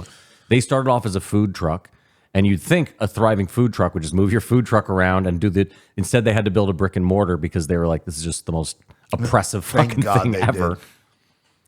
But it's shit like that, like you're saying, like it's all there, like as protection. We're protecting you. We're protecting you, and it's like, well, I don't know. Are you like just let it go? If your restaurant's good enough, it won't matter if a food truck is parked out in front. The shark has jumped the horse. I give Alan Graham a 3. The shark has jumped the horse. I'll give it a 3. Sure, I liked it. Put the shark before the cart. Who's pulling this boat? I give this one a 1. Well, that's criminally low, but all right. Only a couple summers left. No, again, I'm going to take advantage of every summer I have left. And it's not going to be listening to this guy. Yeah. Look, if you want to talk about my homeless problem in my city, I'm willing to give you a couple of minutes. But if you want to talk about homeless problems in Austin, you can suck But on hold my on, balls. but maybe Hold on, what wait, he's doing wait. could be Suck on No, my no. balls. Simon you know what Simon just did? He just hit the fucking nail on the head. What we have is we have this giant world and we have pockets of the world doing things very right. And we refuse to send people over there. Like you talk about the recycling in Scandinavia Yeah. and the trash. Yep. Isn't that a perfect example of couldn't we send 3 government workers over there for 6 months to say, how are you guys doing this? What's it going to cost us? Can we implement this properly? If the answer is yes to 2 out of 3 of them, let's fucking do it. Same thing. Is there anywhere in the world that has tackled homelessness to a degree that we would find acceptable? I know Japan, you're not. I think. I know you're not going to take care of it across the board. Probably there's always going to be a few. But you know what the government never does, Matt? Anything right? Well, that. But they never say like, okay, well, we're going to have to spend this much now to save that much later. Yeah. It's just always, it's too much now. What is it? An ounce of prevention is worth a pound of cure. And I always used to think, okay, well, I get it. Like they don't have the money. What are they going to do? And then COVID happened. And we have the money. And like all bets are off, you know? No, but I go back to it. When they need the money, they have it. But I go back to it is we have a government that we spend all this fucking money on. They're always flying people everywhere. While you're in a country doing diplomatic shit, why not say, hey, what are you number 1 in the world at? Oh, you guys are number 1 in education? How'd you get there? Oh, you guys are number 1 in recycling? How'd you get there? You guys have the cleanest water on earth? How'd you get there? Like we have all these fucking NATO. How many countries are in NATO? Ask some questions while you're at the table. Hey, who's doing what right? Can we implement any of that stuff? But we just refuse to. We refuse to.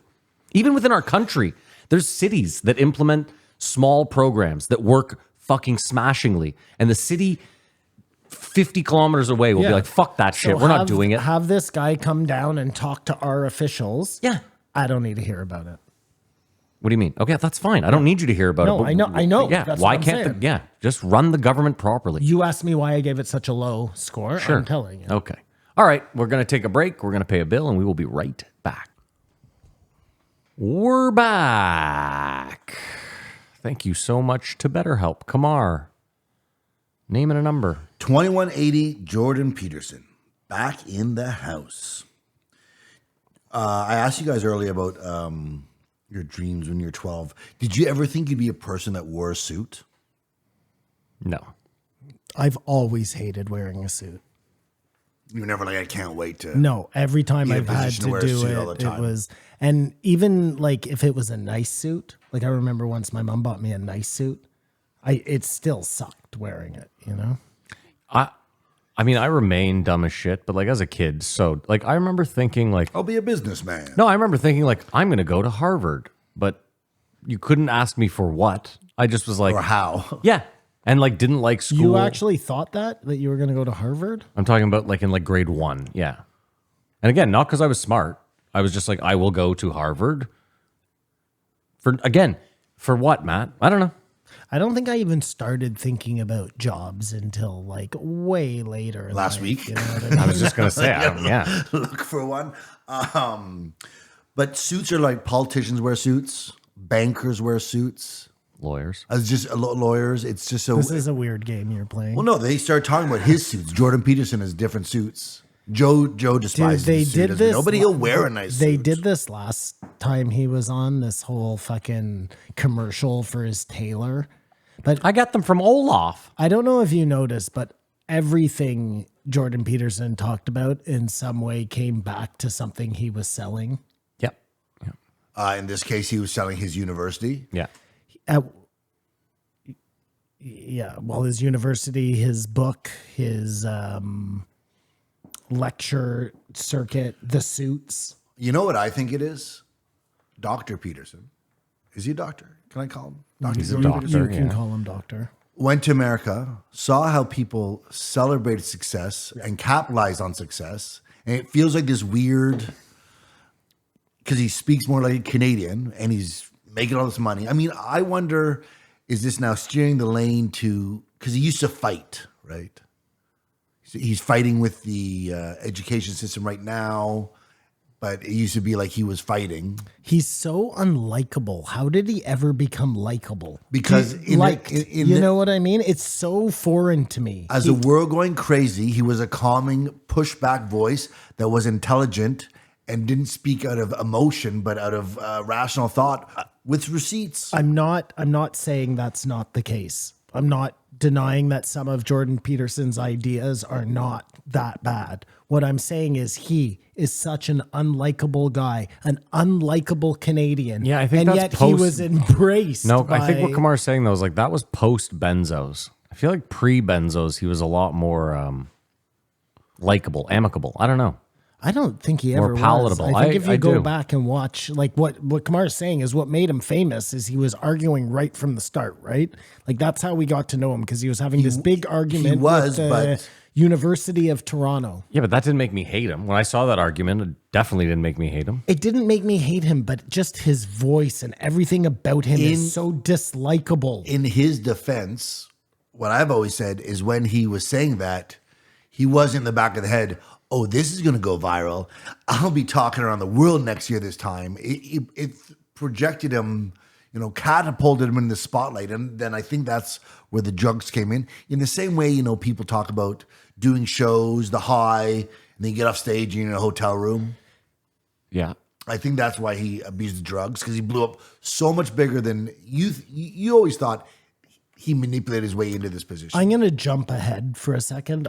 I'm sorry, but it's going to pertain here. This guy compared the trans epidemic, said it was worse than atrocities that went on during the Holocaust. He says these things to go viral.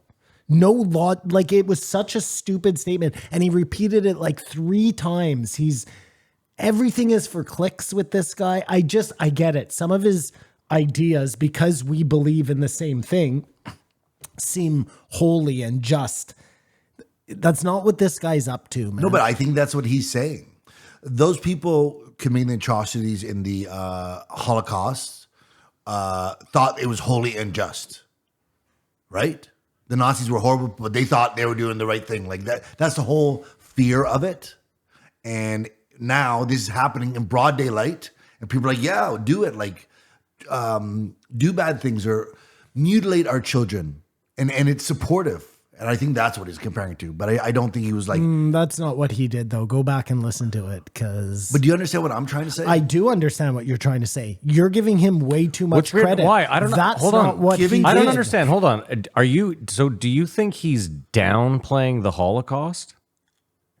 I mean, that's what he did. How so? If you hold what he's doing is this. He's saying the worst bar we've ever had on earth is the Holocaust. I think this is one notch above that. Why does that? That's not what he was doing. I think it was. I really think it was. Why are you saying no so go fervently? back, because go back and listen to it, man. But 2 out of 3 of us felt this way. You just weren't paying attention. And I'm not saying this to be facetious. No, I'm sorry. Look, We hallucinated together. at Maybe it several affected times. me more because they were talking about something that equates to me. You guys I think don't that's care possible. about the Holocaust, so it doesn't pertain Why do I to not you. call? Why do? Hold on. No, Hold I on. You don't Wait, even wait. like Jewish people. I don't think you have a problem with their. I don't not like Jewish people. Okay, anyways. I don't I know. Hold on. wondered Hold when on. he said that whether he was being hyperbolic, but it honestly He wasn't. He wasn't being hyperbolic. No, I think he backed it up by saying that we're doing this in broad daylight. We are all consenting this. We're all, like He didn't say that. He said. Yes, that's what he said. No, That's what I thought he said. My bad. He I said. misheard. He said. Or you felt.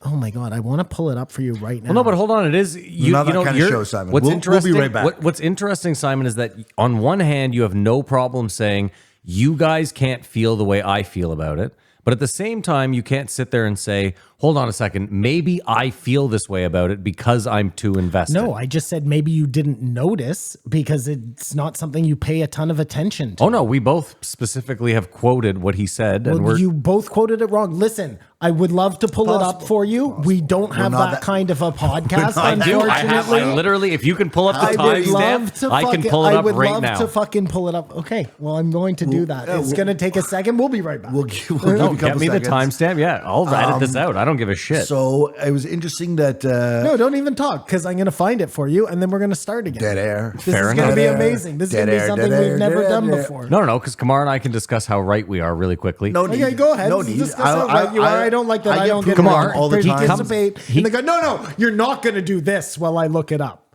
because I'm not going to be able to do two things at once. So if you want to cut it, let's cut it. Go ahead. And I'll find Go it. ahead. Sure. Find it. Perfect. Cut what? I'm going to cut you. 119. Don't cut that. We're going dead air just for you to find it. No, I'm going to edit this out. Motherfucker. Do you think we would go dead air so he could so I could find it? Yeah, find it. We're going dead air, and I'm going to I'm fucking edit this gonna out. find it. Hold on a second. Wow, this is so much has happened. There's 300 Yeah, this is- episodes. You're This is forgetting. You're crazy. fucking with the arms. You're forgetting- I'm sitting hey. high. You guys aren't bothered. I'm pretty sure they're timestamped on Spotify right now. Like it says like there's Perfect. chapter Yeah, markers gotcha. now on I'm Spotify. gonna go to Spotify. So look for Jordan Peterson disrespects the. compares Holocaust to transmutilation. YouTube has transcript. I think even Apple now has transcript of the. Like he was talking about the Canadian You're looking government. for it. No, yeah, keep looking. Sorry, I can't even find my spot. I think I erased my Spotify thing. Simon's No, basically hold on. Simon's an agent for the fucking Israeli government not- over here. not Yes, at you all. are. This has you are. nothing to do It with- Let's does. not get 'Cause, stuck on this. see, You're making this a No, Jewish let's thing. not- Yes, no, you are. no, Yes, because you are. no, and I'm specifically saying I was this. just making No, a no, statement. no, I wasn't making no, a no. Jewish statement. No, no, I would, you were. Fuck off. No, You were. no, Yes, you We're were. not doing this. You were. You're gaslighting me, and we're not No, doing It this. You're won't make it better gaslighting me. if you find it and we have the Yes, same shut argument up. because we still Shut- get what we want. shut we'll up. do it after. I'm gonna find it. Hold Fuck on. it, we'll do it live. Yeah. I'll write it and we'll do it live. Fucking thing sucks. Here it is. Hold on.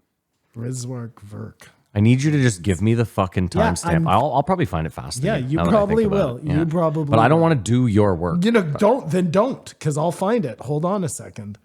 And not just a lie, a malevolent, vicious, and destructive lie. Everything about it's a lie. You know, Musk revealed the other day that the professionals that were interacting with him in regard to his transitioning son told him that if he didn't abide by their dictates, that his son was much more likely to commit suicide. That's a lie. No one who's educated as a psychologist believes that to be true. No one. At minimum, if you're educated, what you understand is that underneath gender dysphoria Kamar's so angry. is something more substantial, which is a proclivity towards depression and anxiety. If you're depressed and anxious, you have a higher risk of suicide. You have to account for that. Because when women who have a higher probability of being, well, you're not very... She told me that there is a very attractive person. Are you editing it? That's for sure. And she gonna edit it, certainly yeah. No, are you would have fallen jumping into that ahead? category. Okay. She did. That's inexcusable. Just trying to find it so we Yeah, can it is. fucking do this. At least the goddamn Nazis admitted what they did. There you go. Seen It's professionals do back. Yeah. when Okay. they hit It's coming. puberty, and that would take the form of negative emotion. No one told her that. They just rushed her down the puberty blocking and surgical pathway. That's inexcusable. It's evil. Yeah, it is. It's the worst thing. It's the worst thing I've seen professionals do, not only in my lifetime. I've studied atrocity for 40 years. I've never seen anything worse than what's happening right now. And that includes the sorts of things that were done in the camps in Germany.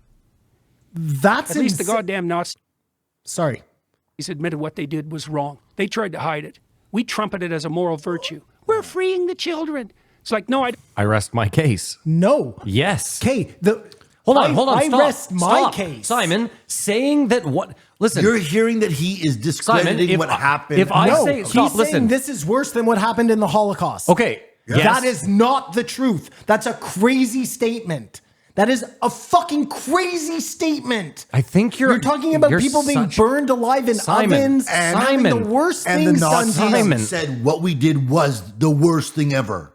We are doing this way same. later after the fact. They thought they were righteous. And Simon, so the same again. thing is going to happen with us. Okay, if you want to debate this, I'm happy to do it. But Simon, that just proves my point. You're such a weird person. When someone uses a bar of terribleness, like if I That's say, not what he's doing. how is he not doing that? That's not what he's doing. If I say- he's making it, my initial statement was, Matt, he's making this statement for it to go viral. That's exactly what he's doing by making such an inane statement. He waited for the very last 10 minutes to make a viral statement. And you think it's planned? You think he planned to say this? It doesn't matter where in an episode it is, Matt, because it gets cut up and it gets put on clips on the internet. So I haven't seen any clips of Well, it. This came out have. this week. I've seen a bunch of them. Okay. That's why I'm even talking about it. That's Is how it? No, but Again, Simon, if I say, oh, this was worse than 9/11, does that mean that all of a sudden I'm saying 9/11 wasn't bad? no, but I would just question the statement you're making because Why? it's not worse than 9/11. Okay, but that doesn't matter. I'm trying to say that this is terrible, and I'm trying to give you a bar with which the terribleness I think it is. You, as a Jewish person, take it as like, this guy is saying the Holocaust didn't happen, that people weren't burnt alive, that it wasn't an atrocity. What I'm saying. I'm saying it was a poor choice of words on his part to compare this to the Holocaust. But this is still happening.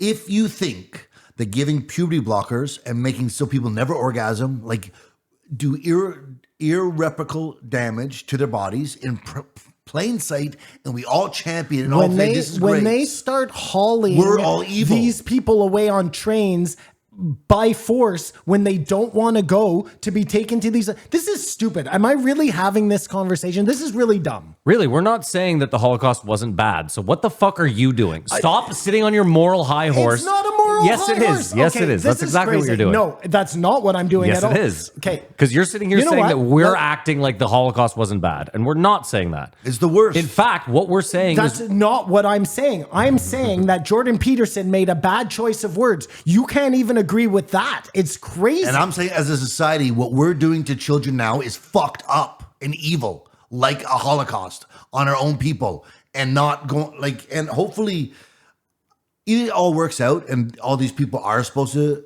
despite the detransition stuff, or we're gonna look back and say we fucked ourselves willingly.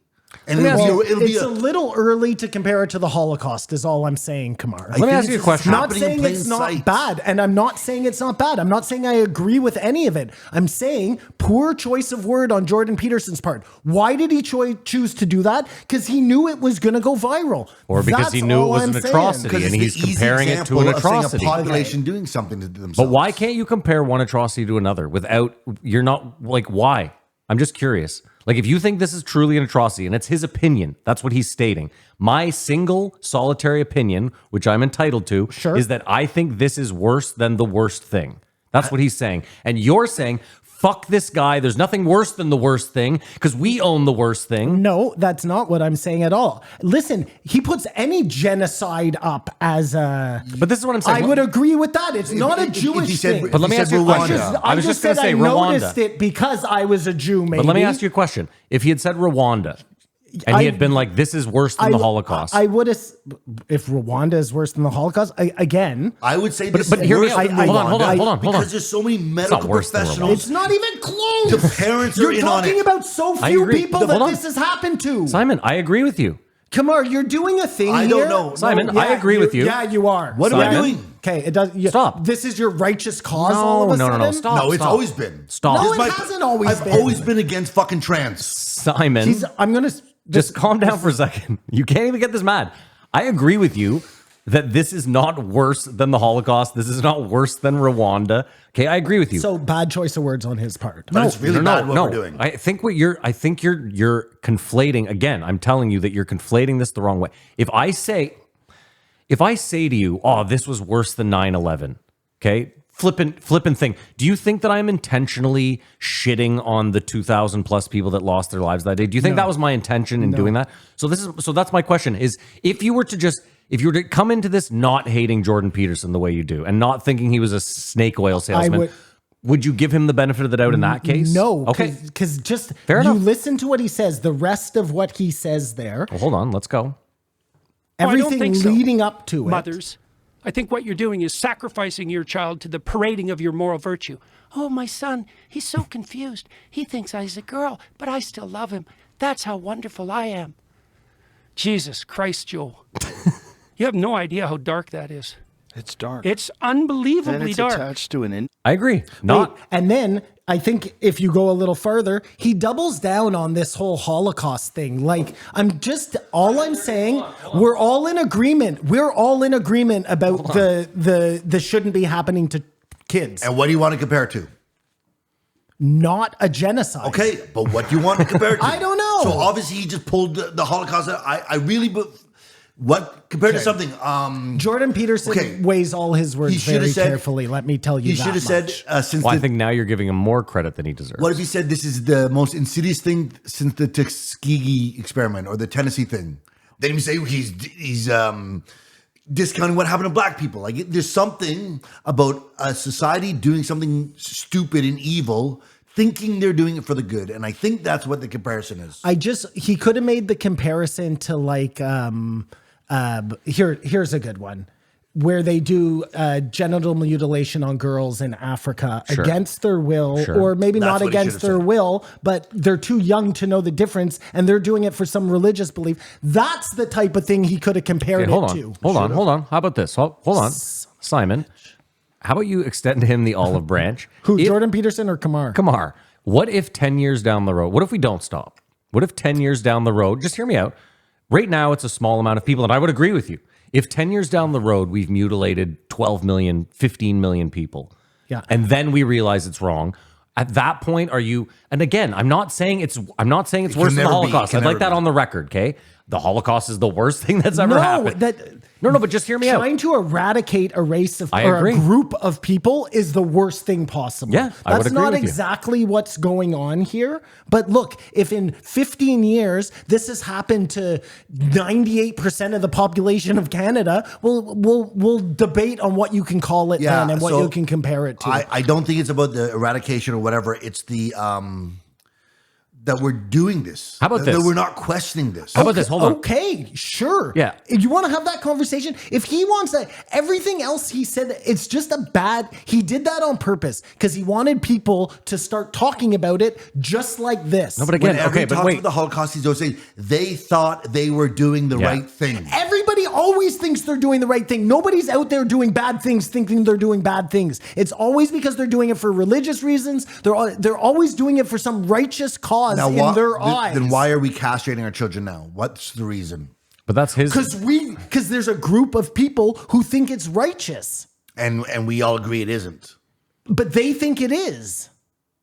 And that's the Here's the evil thing. of it. Here's the thing. I genuinely, Simon, I truly believe that he believes that, and it's one person's opinion. You can say it's a poor choice of words. For sure. And he was clickbaiting people. He, again, is trying to express to you the level of distaste that he has. And I think you're blowing it up into this. He doesn't think he's a Holocaust denier or something.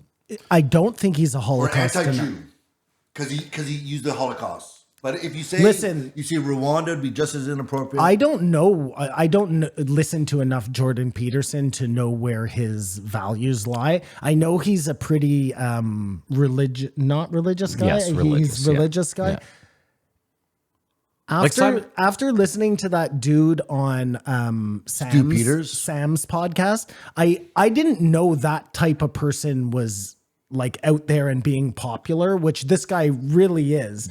No, I'm sorry. I know, but just hear me out. It's Hear me made me double think. Listen, there's a lot of Simon, I bet if you went and listened to a lot of Jordan Peterson, you would find that he often references how awful the Holocaust was.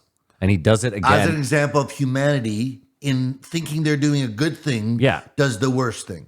And again, it's the perfect example because so many people died, because they had no problem eradicating so many people. How could that happen? How about this? Hear me out. If you went back in history, like if we had records the way we do now and podcasts and stuff in the 30s, do you think there would be a Jordan Peterson in Germany waving the flag? no. You don't. You don't think there would be one person on a podcast over there being like, I really don't think we should just be killing That's gypsies interesting. and That Jews. story's never been told. Well, I don't know because I assume that they would have a lockdown on the. Like, look at Russia. You know, Sure, okay, There's but- nobody in Russia, but we don't even know. Anyways, No, it's but a weird okay, thing. forget about. We're getting away from. No, the, we're not, because Simon, again, like let's say you found today, they found a journal buried in Germany, right? And it's 5 years worth of journals from some guy who was, again, like you're saying, it's locked down, so he can't send these to people. He doesn't want to be killed by the fucking Gestapo, right? So he's just journaling. I think this is terrible. I don't think we should be doing this. The writing's on the wall. We're going to kill 20 million. My question is, like, you're angry that he's waving the flag before it's gotten to where you want it to be for him to say that, right?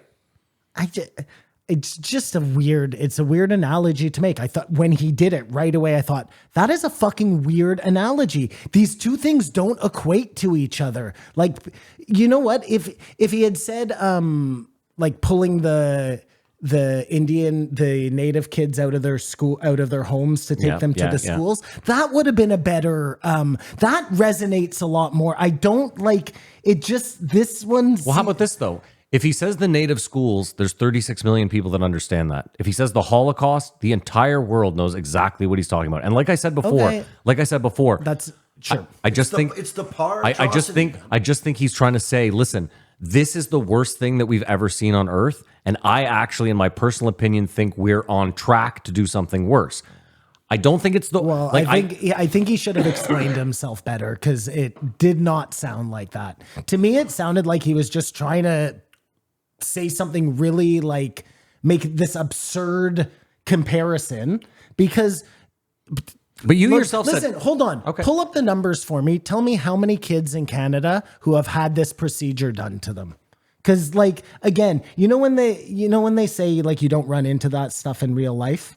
I'm just going to plead ignorance here and say Canada's a pretty fucking small place. so You know what number, I mean? but what number makes you uncomfortable? Well, listen, the Zero, or one, obviously. The comparison makes me, I don't think it's a good comparison. I understand. You've made that clear. I think it's You've a made bad that very comparison. clear. Yeah. And I think there were multiple other comparisons he could have made that would have been just as Impactful. You made that clear. impactful. Yeah, you made that clear. Okay, well, whatever then. No, I'm not mad at Then you. Conversation over. Well, no, it's not conversation over. You're just repeating. Listen, we disagree. I don't think it was as egregious as you, and maybe it's because I'm not Jewish. But again, Maybe.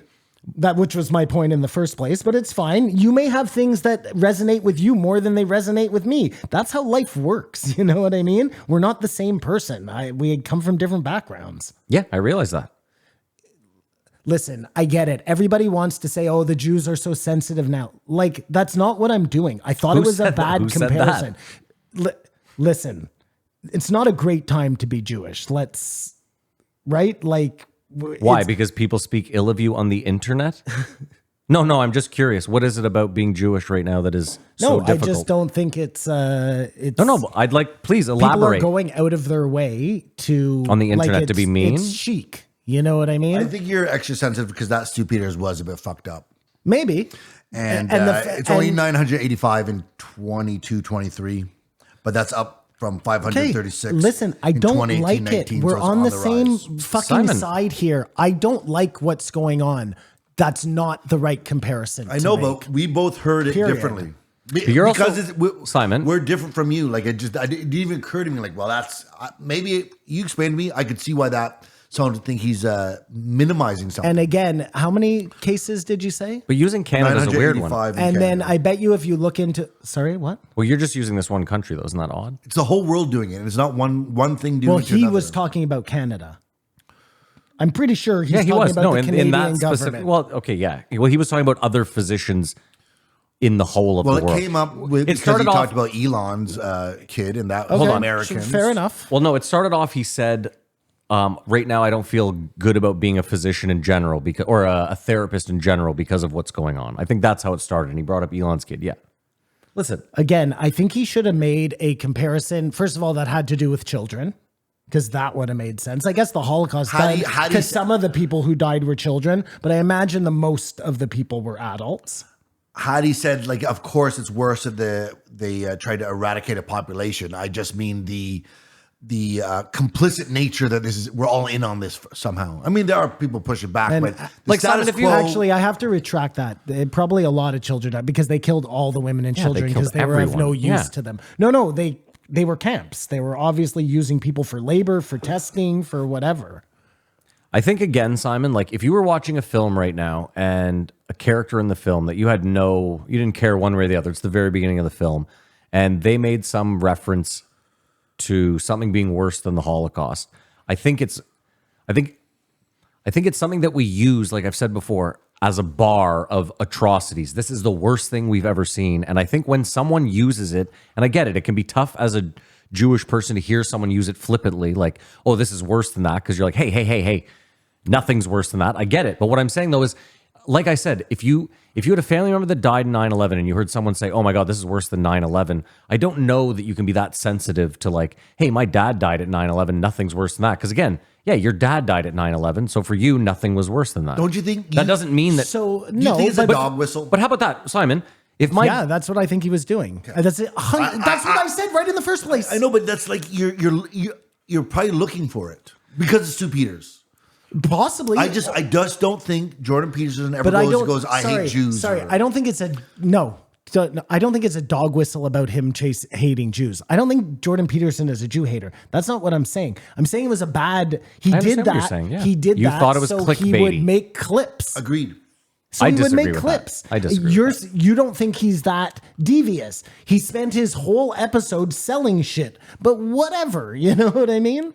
Yeah, but if you're trying to sell shit, I think the last thing you want to do is say an inflammatory thing about the Jews. I think he just wants to What make sure he happens- always gets airtime, Matt. What Because the second happens- he stops getting airtime and people stop talking about him, he stops making money. Simon, that's- Sorry, go ahead. Thought experiment. What Yeah. happens if Gad Sad says this? And I could see this come out of Gad Sad. I wouldn't like it either. Okay. I mean, it would be a little different, I guess, but Gad Saad would I never still say think this. it would be a terrible comparison. he'd put to under the make. mind virus. Actually, I would probably hate it more because I would be like, dude, come on.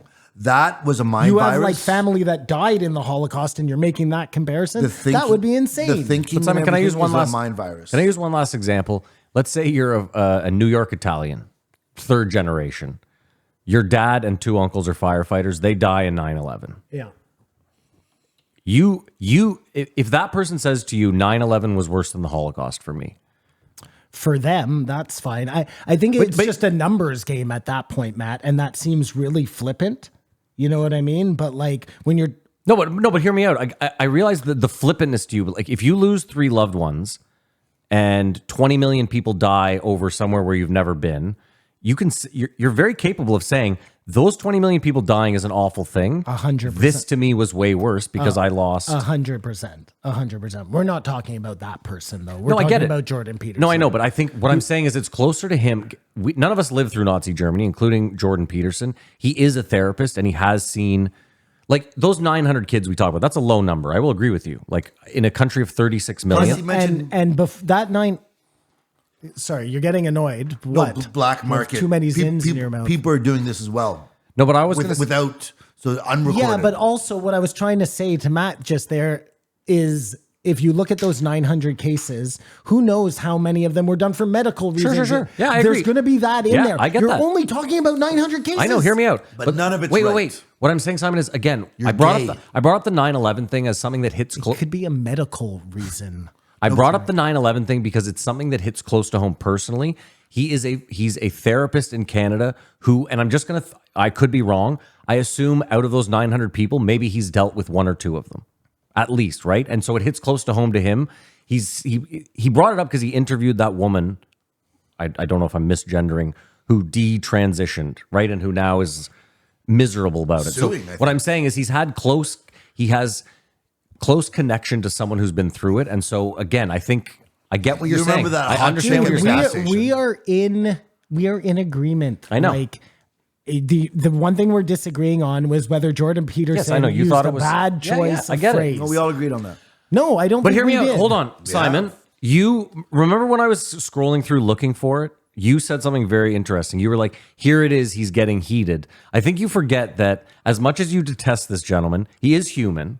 And that when we get heated, sometimes we make terrible were you- comparisons. We say things that may Were not, you listening right? it at 1x speed or 2 You know, times? you know Oh, at what? 3 times speed, it's extra I aggressive. wasn't. I don't now. I listen at 1.25 speed, Okay. which just because otherwise it sounds like they're droning. Look, I'm willing to give the benefit of the doubt, I guess, that maybe he just off the cuff made this remark.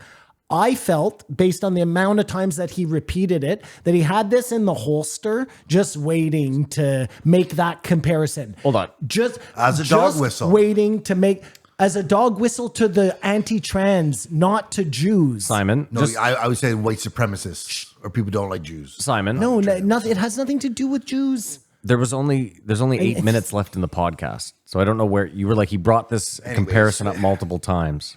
Did it happened earlier? It either happens earlier or it happens again after, where he repeats the statement Fair again. enough. We're not gonna They had scroll through started again. Okay. talking Yeah, about yeah. something else, and then he was like, and again, and he doubles down and he says it again. Maybe I'm wrong. I don't think I am. Like I was. Listen, again, we agree to disagree. We agree for the most part. I truly believe I'm going to give him the benefit of the doubt and say that he's trying to say the worst thing we've done, we have potential to do worse here. That's it. Or we're doing something really bad or evil to ourselves right now. Like, Complicitly. can I just? Yeah, but I just Nazis weren't doing anything bad to themselves. They were doing bad to others. I think here's the weird thing. You have kids. We are all doing it to others as we're being complicit. I guess your kids are grown now, so it's up to them anyway. Like if you had young kids, you might feel. Have you seen the clip? Dude, No. I feel the same I way. know. No. You're missing. No. No, you're missing the point, No. obviously, because you're trying to make it seem like I'm for No, I'm not. whatever's I'm not trying to going say on that. to No, these no, kids. no. I'm not. No, I know you're don't not. think anybody should be making decisions until they're of age. We went through this outside. They Bad don't hear comparison outside. by Jordan Peterson. But his parents are doing it to their own kids. Okay. Just hear me out, Simon. That's just Simon. insidious. Like- Simon, just hear me out for 1 second. In closing, probably not in closing. I think what Kamar's saying is this: if in Nazi Germany, and again, it was like people were ratting out their neighbors. What he's saying is like, if in Nazi Germany you had like a Jewish son, and you were to say, "Well, I got to bring this kid to the Nazis to let them know like he's Jewish." What he's saying is this is. It's like Again. innocent evil. It's Again, weird. he's not. He's saying it's like on par with that. Again, not to the level of 20 million, but what he's saying is any parent sending their kid off, it's fine. Yeah, it's a weird one. Yeah. Sure. And just to play Diablo Avocado for a second, Please do.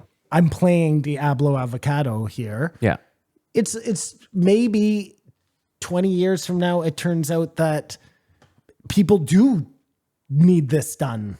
You don't know yet. You're just as early in the game too. I said that, but I honestly believe in my heart of hearts, there's no way there's a justification to take away from some ability to orgasm or have kids or whatever they're born at gender, to eradicate that.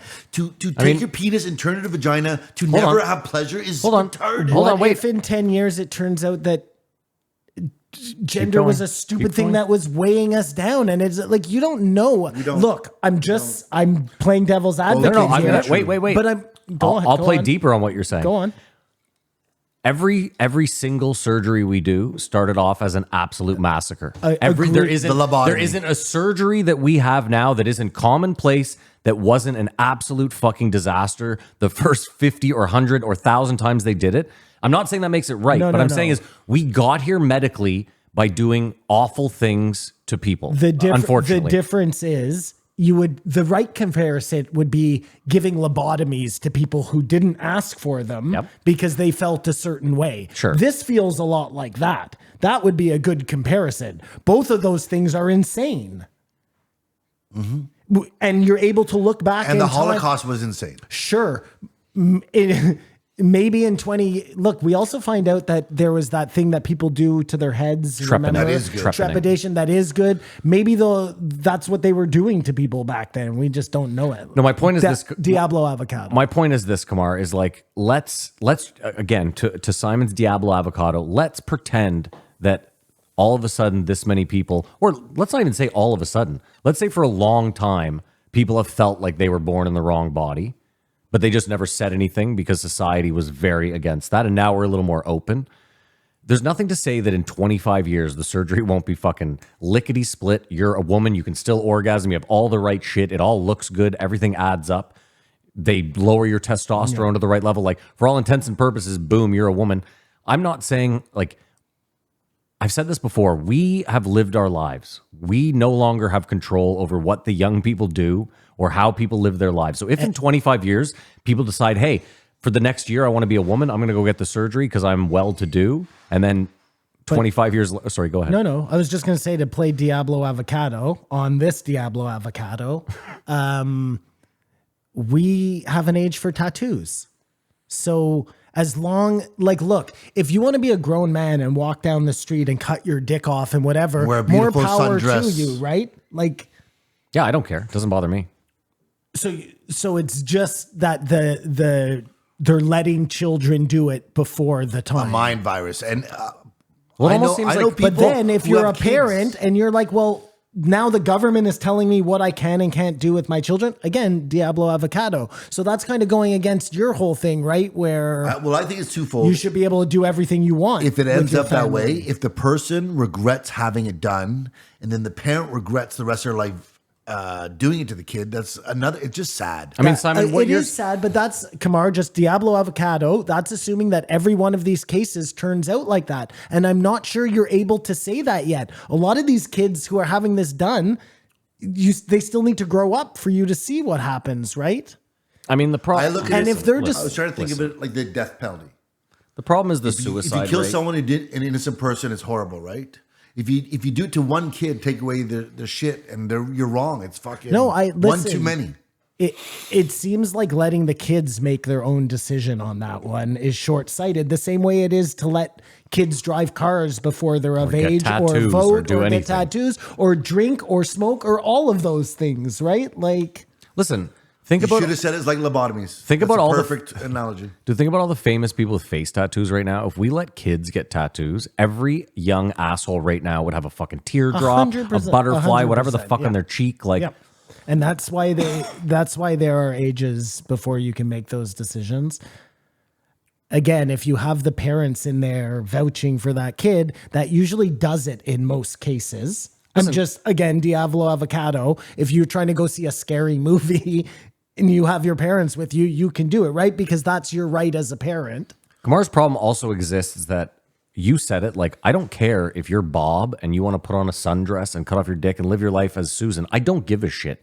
What I do have a problem with is that you can then get me fired for being like, oh, that guy, you know what I mean? Or him or whatever. Like, that's where we get crazy. Like, listen, if you want to wear a sundress all day and you have a big ass beard, I'm sorry. If I call you he or sir. I'll go so far as to say, if you're a parent and you want to do that to your kid, go for it. But you can never have me say, that's a great idea, or I support it. No, man, I know people And I that- don't want to be offensive, like, come on, no, you got to agree. No, I don't. But I'm not going to try to stop you. I'm not going to advocate against you, but I don't think that's right. Dude, I know people that fucked I go their home. kid up because they wanted a trans kid. And they got one. I Big think that's fucking wrong. surprise. I'm not going to stand outside their house with a sign, and I just privately, if you ask me what I think of that, I think they're fucked. Yeah, I agree. Leave it at that. Again, it's not what we're arguing about, but yeah, No. sure. Well, we were done with that. Yeah, We had agreed to slightly disagree on one small side of it, but we agreed. Yeah, sure. What do you want me to say? The Holocaust was the worst thing. No. I'm done with it. I'm just thinking whether Jordan Peterson is righteous or not. Like, I think he I'm is. so torn with this guy. I don't. I think his success Problem here, makes him righteous. Simon, here's the issue is, and we've gone through this before, is you have a real problem with people making money and being righteous. Like, can I give you an example? If he made his money being a therapist in Canada and teaching and the Canadian government took away both those things because he won't speak the way they want him to, how do you expect this gentleman to go on making money? Like, you're mad that he wrote a book. You're mad that he goes on tours. You're mad that he's on Joe. You're mad that he's trying to. You hate universities, yet you despise that he's trying to start a new university. Initially, I was angry. My first thing of being angry at Jordan Peterson about, besides the fact that he's just super annoying. Yeah, he sounds like Kermit. And he's just so self-righteous. Yeah, it's bloody crazy, Joe. It makes it almost impossible to listen to. But no, it was that he was telling everybody to clean up their room and making all that money on cleanup. He was the liver king, and nobody called him on it. That's exactly what he was. What a great analogy. Well, no, but that's a bad one. Hold on. No, that's a perfect No, it's example. not. And I'll tell you why. The liver king was selling, if you just eat bull testicles, you'll be as ripped as me. Meanwhile, he was doing steroids. Jordan Peterson, like, I know it sounds weird. I know it sounds very weird. Excuse me. You could write the perfect self-help book while being a total mess. Yeah, no, that's true. At the same time that this was all going on, he was also doing tours about his book. Yeah. Like, it wasn't just the book. You know what I mean? It was more than that. And the whole time he's doing this thing that he's preaching against to be able to do this. I guess it's a weird thing. If you're Jesus, here's a good example, because I'm going to go against myself here. Okay. If you're Jesus, and you need to reach the most people possible to spread your message, which presumably is good. Jesus is probably a terrible example. Yeah, but we're just going to push forward with it. Let's assume this is a good. You would be like, well, look, you can only get to so many towns to preach in, but if we give you Adderall, you're going to get to 10 times as many towns. I would say, well, this one guy should sacrifice himself to spread his message by any means necessary, because his life means nothing to the greater cause, right? Yeah. So I guess if we agree, which we don't, that Jordan Peterson is some sort of Jesus, this is what you call clickbait, Matt. Comparing Jordan Peterson to Jesus. Then, he's righteous in the things he does. And if not, then this all seems like some self-aggrandizing sham. Simon, I just want to say, like, as far as him not having a clean room and like the benzos and whatever, I can't imagine living in Toronto and having a small clinic where I treat 100 patients, and I also teach during the day, and then out of the blue, half the world fucking despises me. And I mean despises, and they've never met me. All they've seen me do is argue with one person, where I got physically assaulted, might I add. All I did was argue with one person, and in that argument, I simply used logic, and I said, this is how I feel. What wasn't hurting anyone. And then all of a sudden, half the world fucking hates you. Now, some people like you, but you're getting online, you're eating shit day in and day out. Like, you don't even like being on Instagram, period. You love your anonymity on Instagram. Imagine if you had an account, small account, and tomorrow half the world was on there. Like, you're a fucking piece of shit. I hope you die. I got to give, like, whether you like Jordan Peterson or not, that's not easy. And you can say, that is interesting. And I'm with you. You could easily say he put himself in that position, but I'm going to go back to it. He did it not out of, like, at that point, Simon, at that argument at U of T, it was not to do clickbait. Yeah, it was not for any other reason than someone pulled out a camera and he was genuinely a professor trying to have a conversation with another student. And you know what else? I think if he wanted to, he could just become a private therapist and charge $1,000 in, like, the US, you mean? And in Canada. No, because they took away his license. No, but you could just be a therapist. You don't need you need a license. And got his license back, I thought. I don't think you need if I could be a therapist right now. No, you could not. I could not prescribe drugs. No, you can't be a therapist. Hold on, there's a difference. There's you could be a life coach. Psychiatrist and a psychologist. You still need a degree. Yeah, you do. You can't just go out and say, I'm Kamaris. I mean, nobody's going to go to you. Well, no, they wouldn't come to me, but they would go to him. Maybe him because he's famous. And who comes? You need a license. You need a license to practice medicine. No, because you can be a guru and not need a license, Matt. Look at who's the guy who tells you to do good, the big tall dude there. Tony Robbins. That's what he's suggesting he become. But he already is that. He goes and does talks and tells people to clean their room. He does have the spotlight. He could be an exclusive. No. All those. Sorry, we're getting distracted here, but all those things were true that you said. you're right. I should give him more of a break for the beginning of his career because he's just trying to stand up for himself in something that he feels unjust. So that's fine. He's not famous yet, okay? Yeah. Then he gets on Joe Rogan. Yeah, and then it gets to his head, and I will agree with that. famous. I'm not.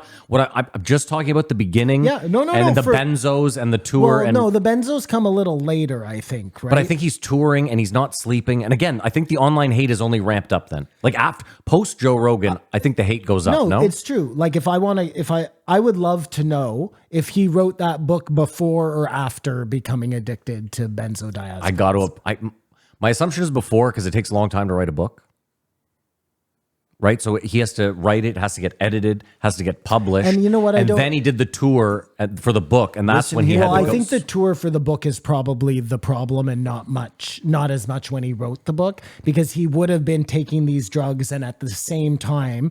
Now, again, I have no problem with him taking any fucking drug he wants to take. You know what I mean? But I'm not going to come on here and like preach to you about like cleaning your living room. I get it. when you're ripped on fucking Adderall, you know, or whatever, clean. no, or whatever I take. You know what I mean? Like I wouldn't do that because it seems hypocritical. But he's come out and said, I did it. Like I was in a lot of trouble. No, I get it. But at the same time, he was hawking his wares. So it's easy to come clean after you're a billionaire. You know what I mean? Anyone may call themselves a therapist, counselor, practitioner, or clinician and provide mental health services under that title. Therapists, counselors, practitioners, and clinicians do not need to demonstrate education, training, supervised practice, or doing competency to use these titles. To be a psychologist or a psychiatrist, you do. Yeah, so it's a therapist you don't. I see what you're saying. Okay. So he could just do a private practice. I think he Anybody honestly could- cares you about could do that. I could. Yeah. But Your how point, would I- how would I his point get is people? Jordan Peterson could charge $500 Yes, no, an hour. I understand. or more, or whatever. yeah. I think his intent is he does care about kids and other people and doesn't want this to happen and has a platform, so he's using it. And I think we know. I really regret that he used the Holocaust as a comparison to get to this point. And Simon, I think, I get that you don't like him and you find him like irritating and detestable and all that stuff. Yeah. But I think if you step back and you made him not Jordan Peterson, like there's so many examples in the past of someone fighting the righteous fight and everyone tearing them down and being like, you're a piece of shit and taking everything from them. And like I said, if it wasn't Jordan Peterson with his annoying way of doing everything. And I think he's so annoying, I can't listen to him. I can't either. But remember too, and this is going to be a terrible comparison. I'm just stating it right off the bat. Listen to him is like listen to the Holocaust. The head of the Ku Klux Klan probably thought he was doing something righteous. Simon, I'm not lost on that. Again, I think that's Jordan Peterson. That was one of That's Dr. an Peterson's interpretation. points. I hope that's not the case. Again, I think that was for clickbait, but I'm not sure. So just give me a break. Okay.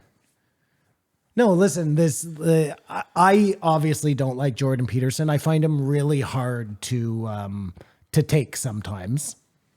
But I'm willing to at least give him the beginning a pass. What happens after that, who fucking knows, right? Like, and without Joe, what happens? Like, does he get as famous as he gets? Or is Joe like out there making people who look?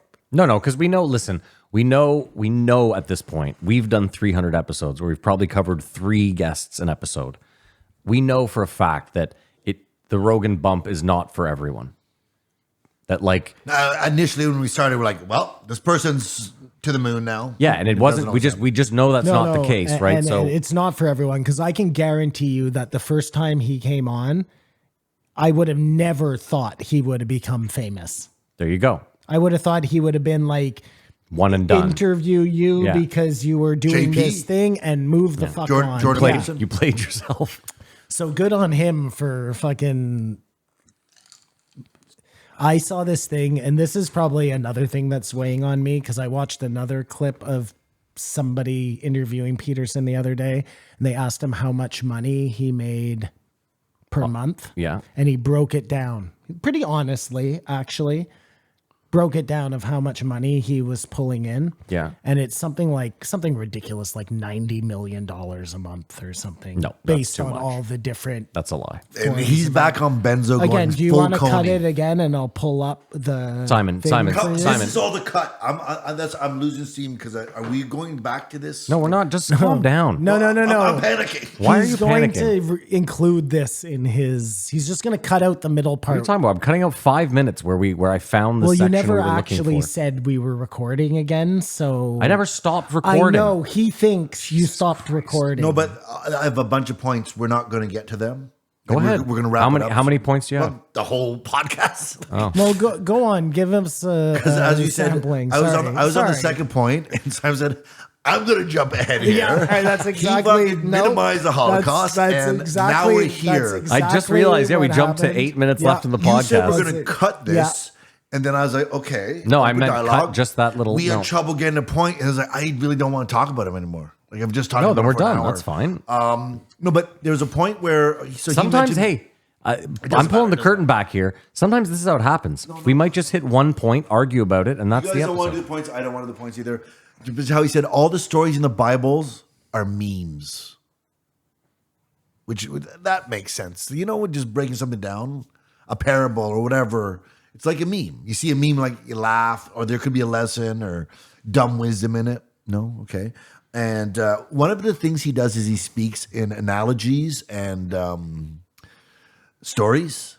But he was talking about something in Mesopotamia and order and chaos, feast, and in that, before he wrapped it up, he started talking about Pinocchio.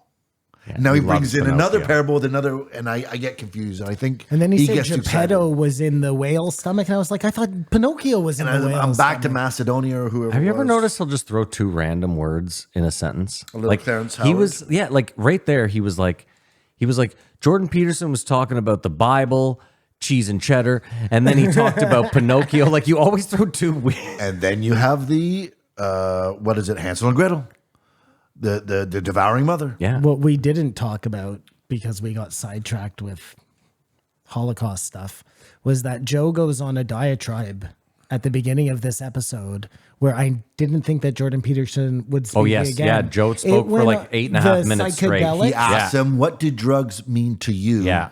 And he went Tim Dillon. It was. Bill Burr. It went on for like 25 minutes. But one of the things I got out of that, And he's sorry. One more thing, he was describing. This is the best. During this diatribe, he's describing the muscle cars, and he chokes up. No, I swear to God, find it. He does. I know. You're right. He cries because of the muscle cars. that was I the- that was love the- 60s Yeah. American muscle cars. So- yeah. And then he catches himself. The Corvettes. He catches himself, and he goes into some psychedelic. that thing. would have been the third point. But what I was gonna say is the idea that people who do have no idea what psychedelics are, passing laws and deciding. Yeah. Just that sort of weird short-sightedness that, because I think Joe's plea is that because of the psychedelics, at some point, the root in the It's because people want control of their or the kids. root or found each whatever other. in the vases got us to here, like spurn democracy, spurn civilization, and we may be cutting off our nose to spite our face. But yeah, he went on quite the rant about psychedelics. Like, can you imagine, Simon, if we were actually designed to eat a ton of magic mushrooms as children, as infants? Like, you know what I mean? Like, we're actually stunted as humans because somewhere along the line I'd be more stopped supportive eating doing that with mushrooms kids as than cutting kids. off their dick. I mean, it could be the absolute opposite as well. You know, No, of what course, I could mean? fuck you over. That No, they but- gave kids drugs a long time ago, and they found out that Yeah, they it just jump off blew a their cliff. minds. Yeah. No, but yeah, there's that possibility too. But I'm just saying is like you never, like these Eleusinian mysteries or whatever, like we don't, I mean, they were fucking the kids. There's a good chance Yeah, they were we giving them didn't- some of that fucking ergot wine too, right? Yeah. Well, everybody used to drink a little, I think, but I don't know. I don't know if kids were involved in. No, because I just think like Kamar said it. He's like, why do these people who never do drugs care if other people do psychedelics? And I said under my breath, it's always the kids. They're always like, we got to protect the kids. The kids Well, no, can't get mushrooms. The Kids can't do drugs. conspiracy is that the Catholic Church, which was Rome, transitioned and wanted to keep people eating cake and whatever. Because like each Keep one the of us, population dumb, right? And Yeah. and you come to us because we have the word of God and we run everything. And as it's gone on, you've got to keep them stupid, not getting enlightened. You got. but like each one of us did mushrooms before we were 15, right? Yep. No, maybe around 15, but whatever. Give or take, I right? think the first thing I okay. did was drink, and then weed, And then everything. mushrooms, yeah. And then it all just cascaded from there. Gateway. That's funny. I did mushrooms way before I drank. What? That's Really? cool, No, man. drinking was the first for sure. I didn't get drunk till I We was. got drunk in grade 8. Well, don't you 7? count? Didn't you at 8? Your uncle give you 2 shots of Bailey's one Christmas, and you sort of felt Well, No, we no, were like woozy? no, my in dad. grade 7 and 8. You're like stealing liquor from your parents' cabinet. Everyone else was. I going didn't. to the park and drinking. I didn't get drunk until 3 months before my 19th birthday. Well, no wonder you went so hard after that. Yeah. I I also got. remember- You were like a nun having sex for the first time after 20. I also got tricked. My buddy's roommate ran this bar on William Street called MTL. And so I was like 18 at the time. I got in because, well, they knew me and I didn't drink. And one night my buddy was like feeding me these fruity drinks, telling me there was no booze in them. And after like 8 of them, I go outside and Gorby was like, yo, I have my skateboard in the Jeep. Let's skate in the street. And I was like, sick. And I got on the board and I was like, dude, I can't even stand on the board. And he's like, yeah, you're drunk. I was like, no, I'm not drunk. I don't drink. And he's like, yeah, you've been drinking heavily all night. Oh, wow. You got spiked. Basically, yeah. I would have You been got Ari Shafir'd. Yeah. 11, and I remember these 2 girls who had huge tits. This is like grade 6 or whatever.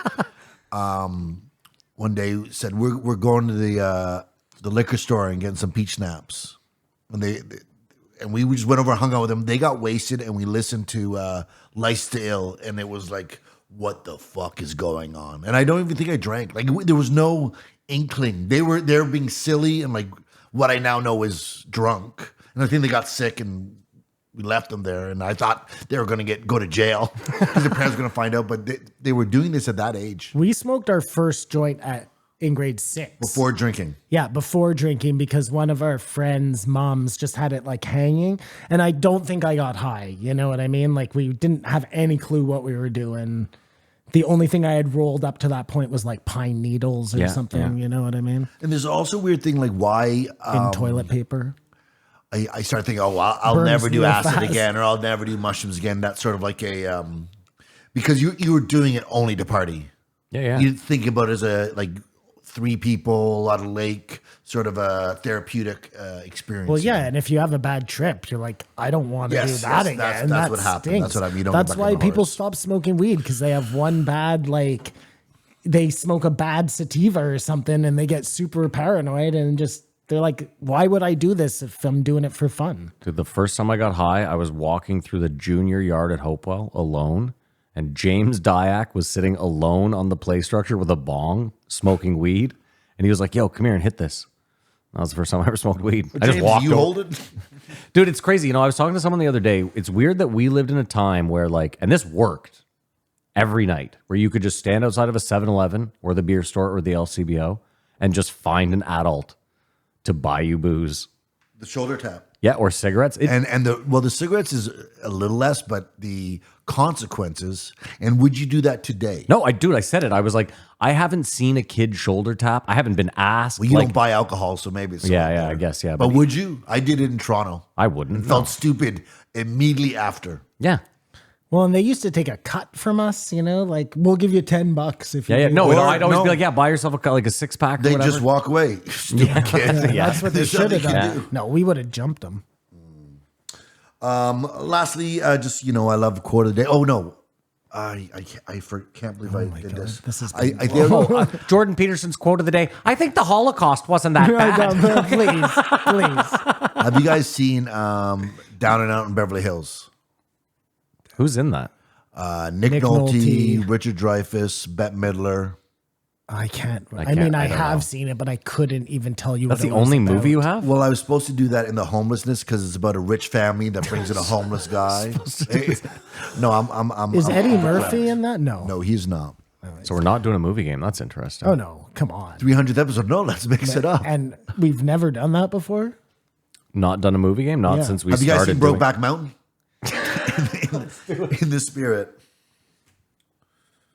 Nope, that's not it. It's this one. It's the JRE movie game. The time has come again. For Matt and Simon, two rags that brings together the budget in the box office. We all know they won't guess the year, and the Patreons are the real winners here at the JRE movie game.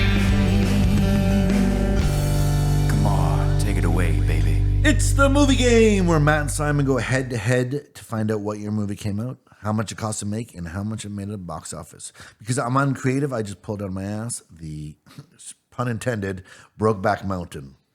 You know, I just want to say for the record, we should be happy they made this movie when they did, because if they made this movie today, it would be More divisive? so gay.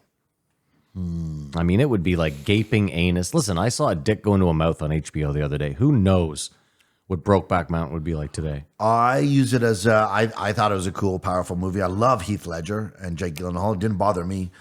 Didn't bother me. The ending I was think I'm terrible. progressive. No, it's a sad, sad fucking movie. Now, what fucking year did this come out? What year did it come out? Starring Heath Ledger, Jake Gyllenhaal, Linda Cardellini, Anna Faris, Anne Hathaway, Michelle Williams, and Randy Quaid. I'm ready, Simon. Oh my God, I think I'm just so off on this.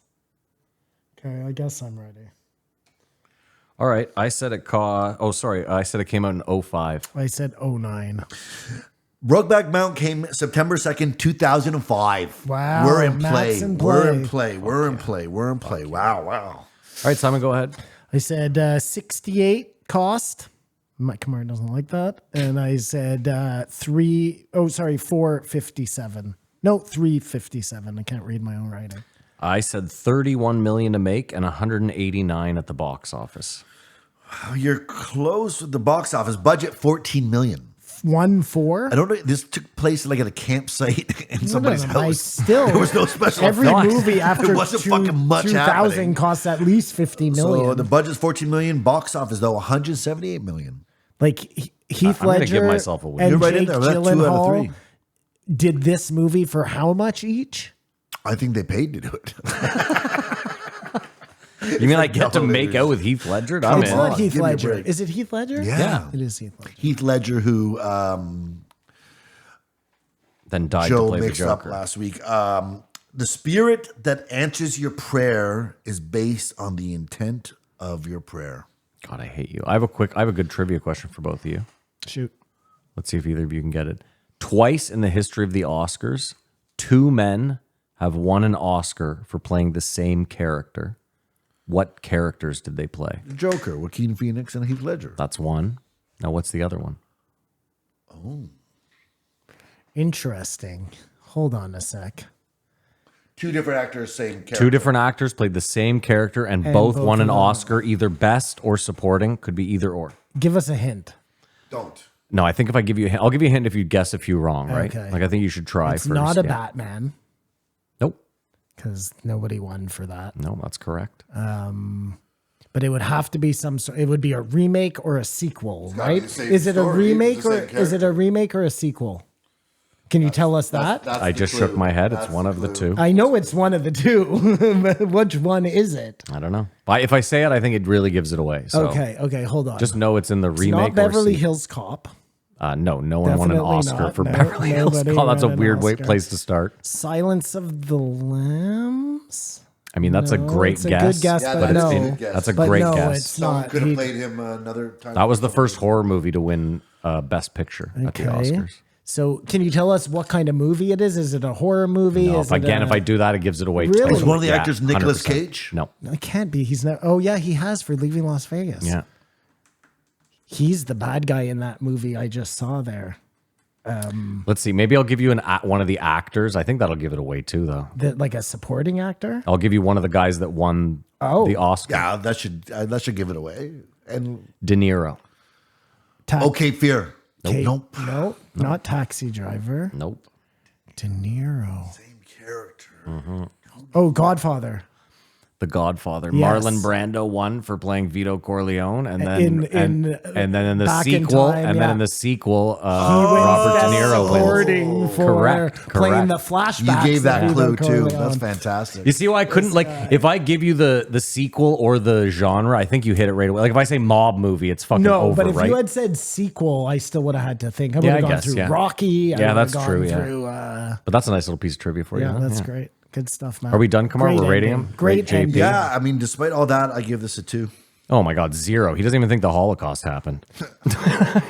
Listen, I as a wrap up to this one, I'm willing to concede that maybe I'm a little hard on Old JP. on Kermit. old JP. I'll admit that, but I think he did this on purpose. That's fair. Whether Simon, it was for Simon. nefarious reasons or not, he knew exactly what he was Can doing. I just remind you, there's too few summers to hate Jordan cannot defend Peterson. him. There's too few summers to hate Jordan Yes, Peterson. yes, there are Right? too Where the few fuck is summers. the Yeah, leaf? Yeah. there's too few summers to hate Jordan Peterson. He's not even in your life. You don't even know him.